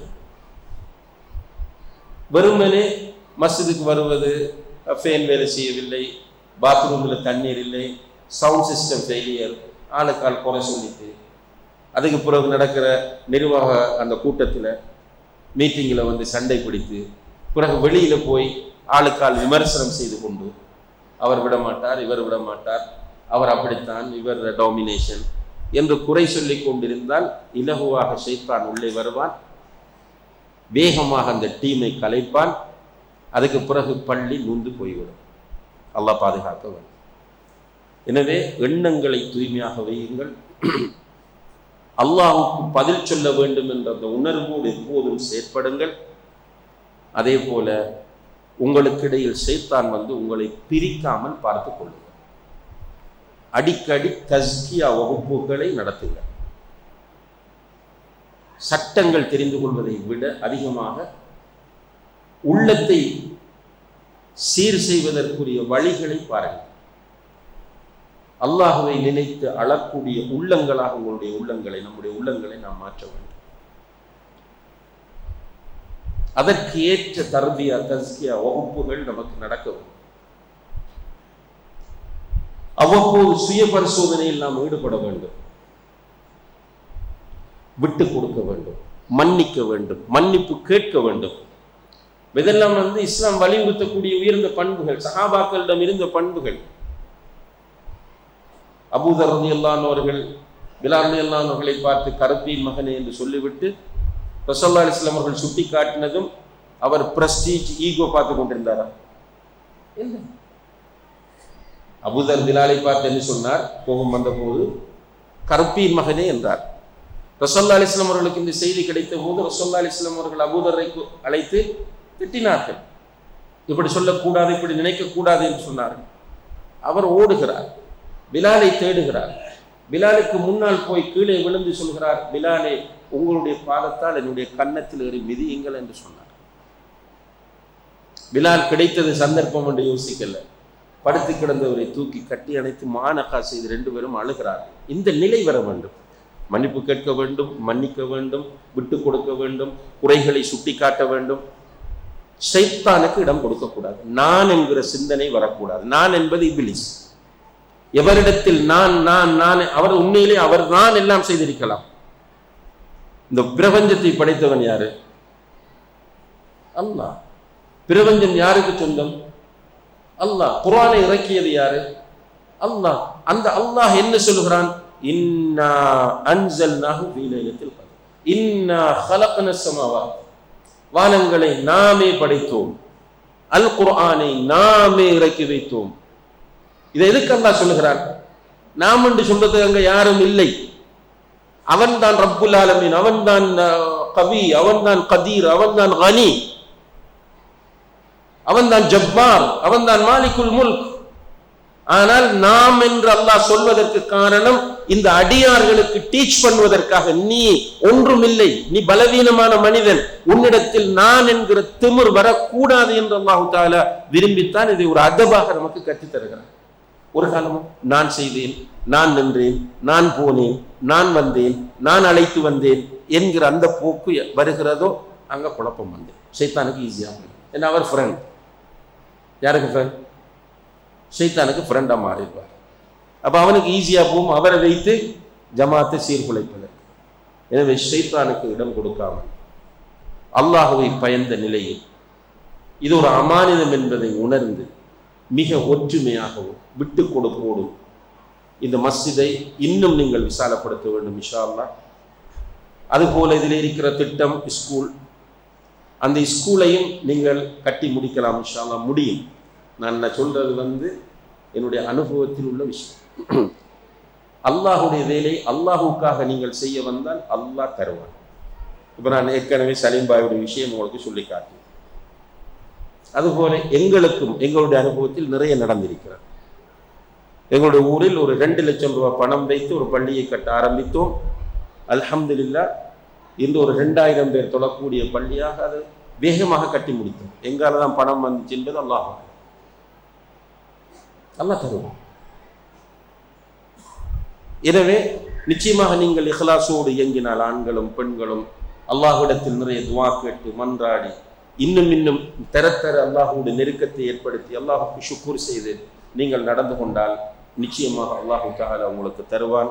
நீங்கள் ஒரு கல்லூரியை, உங்களுடைய கல்லூரியை இன்னும் சிறப்பாக ஆரம்பித்து ஒரு காலேஜாக இன்ஷா அல்லாஹ் அதை மாற்றலாம். அதை ஒரு அரபு கல்லூரியாகவும் இஸ்லாமிய கல்லூரியாகவும் இன்ஷா அல்லாஹ் இன்னும் எதிர்காலத்தில் ஒரு சயின்ஸ் கல்லூரியாகவும் அதை கொண்டு போகலாம். என்ன தேவை? உங்களுக்கு இடையில் ஒற்றுமையும் இஹ்லாஸும் தேவை. ஒற்றுமையும் இஹ்லாஸும் தேவை. இந்த இரண்டோடு நீங்கள் பயணித்து பாருங்கள். பிஇذنில்லாஹ் நான் மூத்தானாலும் இன்ஷா அல்லாஹ் நீங்கள் இதை நினைவுபடுத்தி சொல்வீர்கள். இந்த கல்லூரி ஆரம்பிக்கப்படுவதற்கு அன்று சொல்லப்பட்ட அந்த ஒற்றுமை இஹ்லாஸ் என்ற விஷயம்தான் எங்களுக்கு பின்னணியாக இருந்தது. அல்லாஹுடைய தௌஃபீக்கை கொண்டு வந்து தேர்த்தது என்று நீங்கள் சொல்வீர்கள். அல்லாஹு தஆலா அப்படியான ஒரு பாக்கியத்தை உங்களுக்கு தர வேண்டும் இன்ஷா அல்லாஹ். இந்த ராஜபாளையம் மட்டுமல்ல, இதை சூழ இருக்கிற கிராமங்களுக்கெல்லாம் குர்ஆன் சுன்னாவுடைய அழைப்பை ஃபஹ்மு ஸஹாபா என்ற சஹாபாக்களுடைய புரிதலோடு சரியாக கொண்டு போய் சேர்க்கிற ஒரு சென்டராக அல்லாஹு தஆலா இதை ஆக்கி தர வேண்டும். இதிலிருந்து குர்ஆன் சுன்னாவுடைய ஒளி எல்லா இடங்களுக்கும் வீச வேண்டும் இன்ஷா அல்லாஹ். மக்கள் சாரி சாரியாக வரக்கூடிய ஒரு இடமாக இதை அல்லாஹ் ஆக்க வேண்டும். மக்கள் கூட்டமாக வர வர நம்மிடத்தில் அழுகையும் இறையச்சமும் அல்லாஹ்வோடு உள்ள நெருக்கமும் அதிகரிக்க வேண்டும். அப்படியான ஒரு மஸ்ஜிதாக மர்கஸாக அல்லாஹு தஆலா இந்த மஸ்ஜிதை மர்கஸை ஆக்க வேண்டும். அதில் ஈடுபடக்கூடிய உங்கள் அனைவரையும் ஆக்க வேண்டும் என்று அல்லாஹ்விடத்தில் பிரார்த்தித்து விடைபெறுகிறேன். வஆகிரு தஅவானா அனில் ஹம்துலில்லாஹி ரப்பில் ஆலமீன். வஸ்ஸலாமு அலைக்கும் வரஹ்மத்துல்லாஹி வபரகாத்துஹு.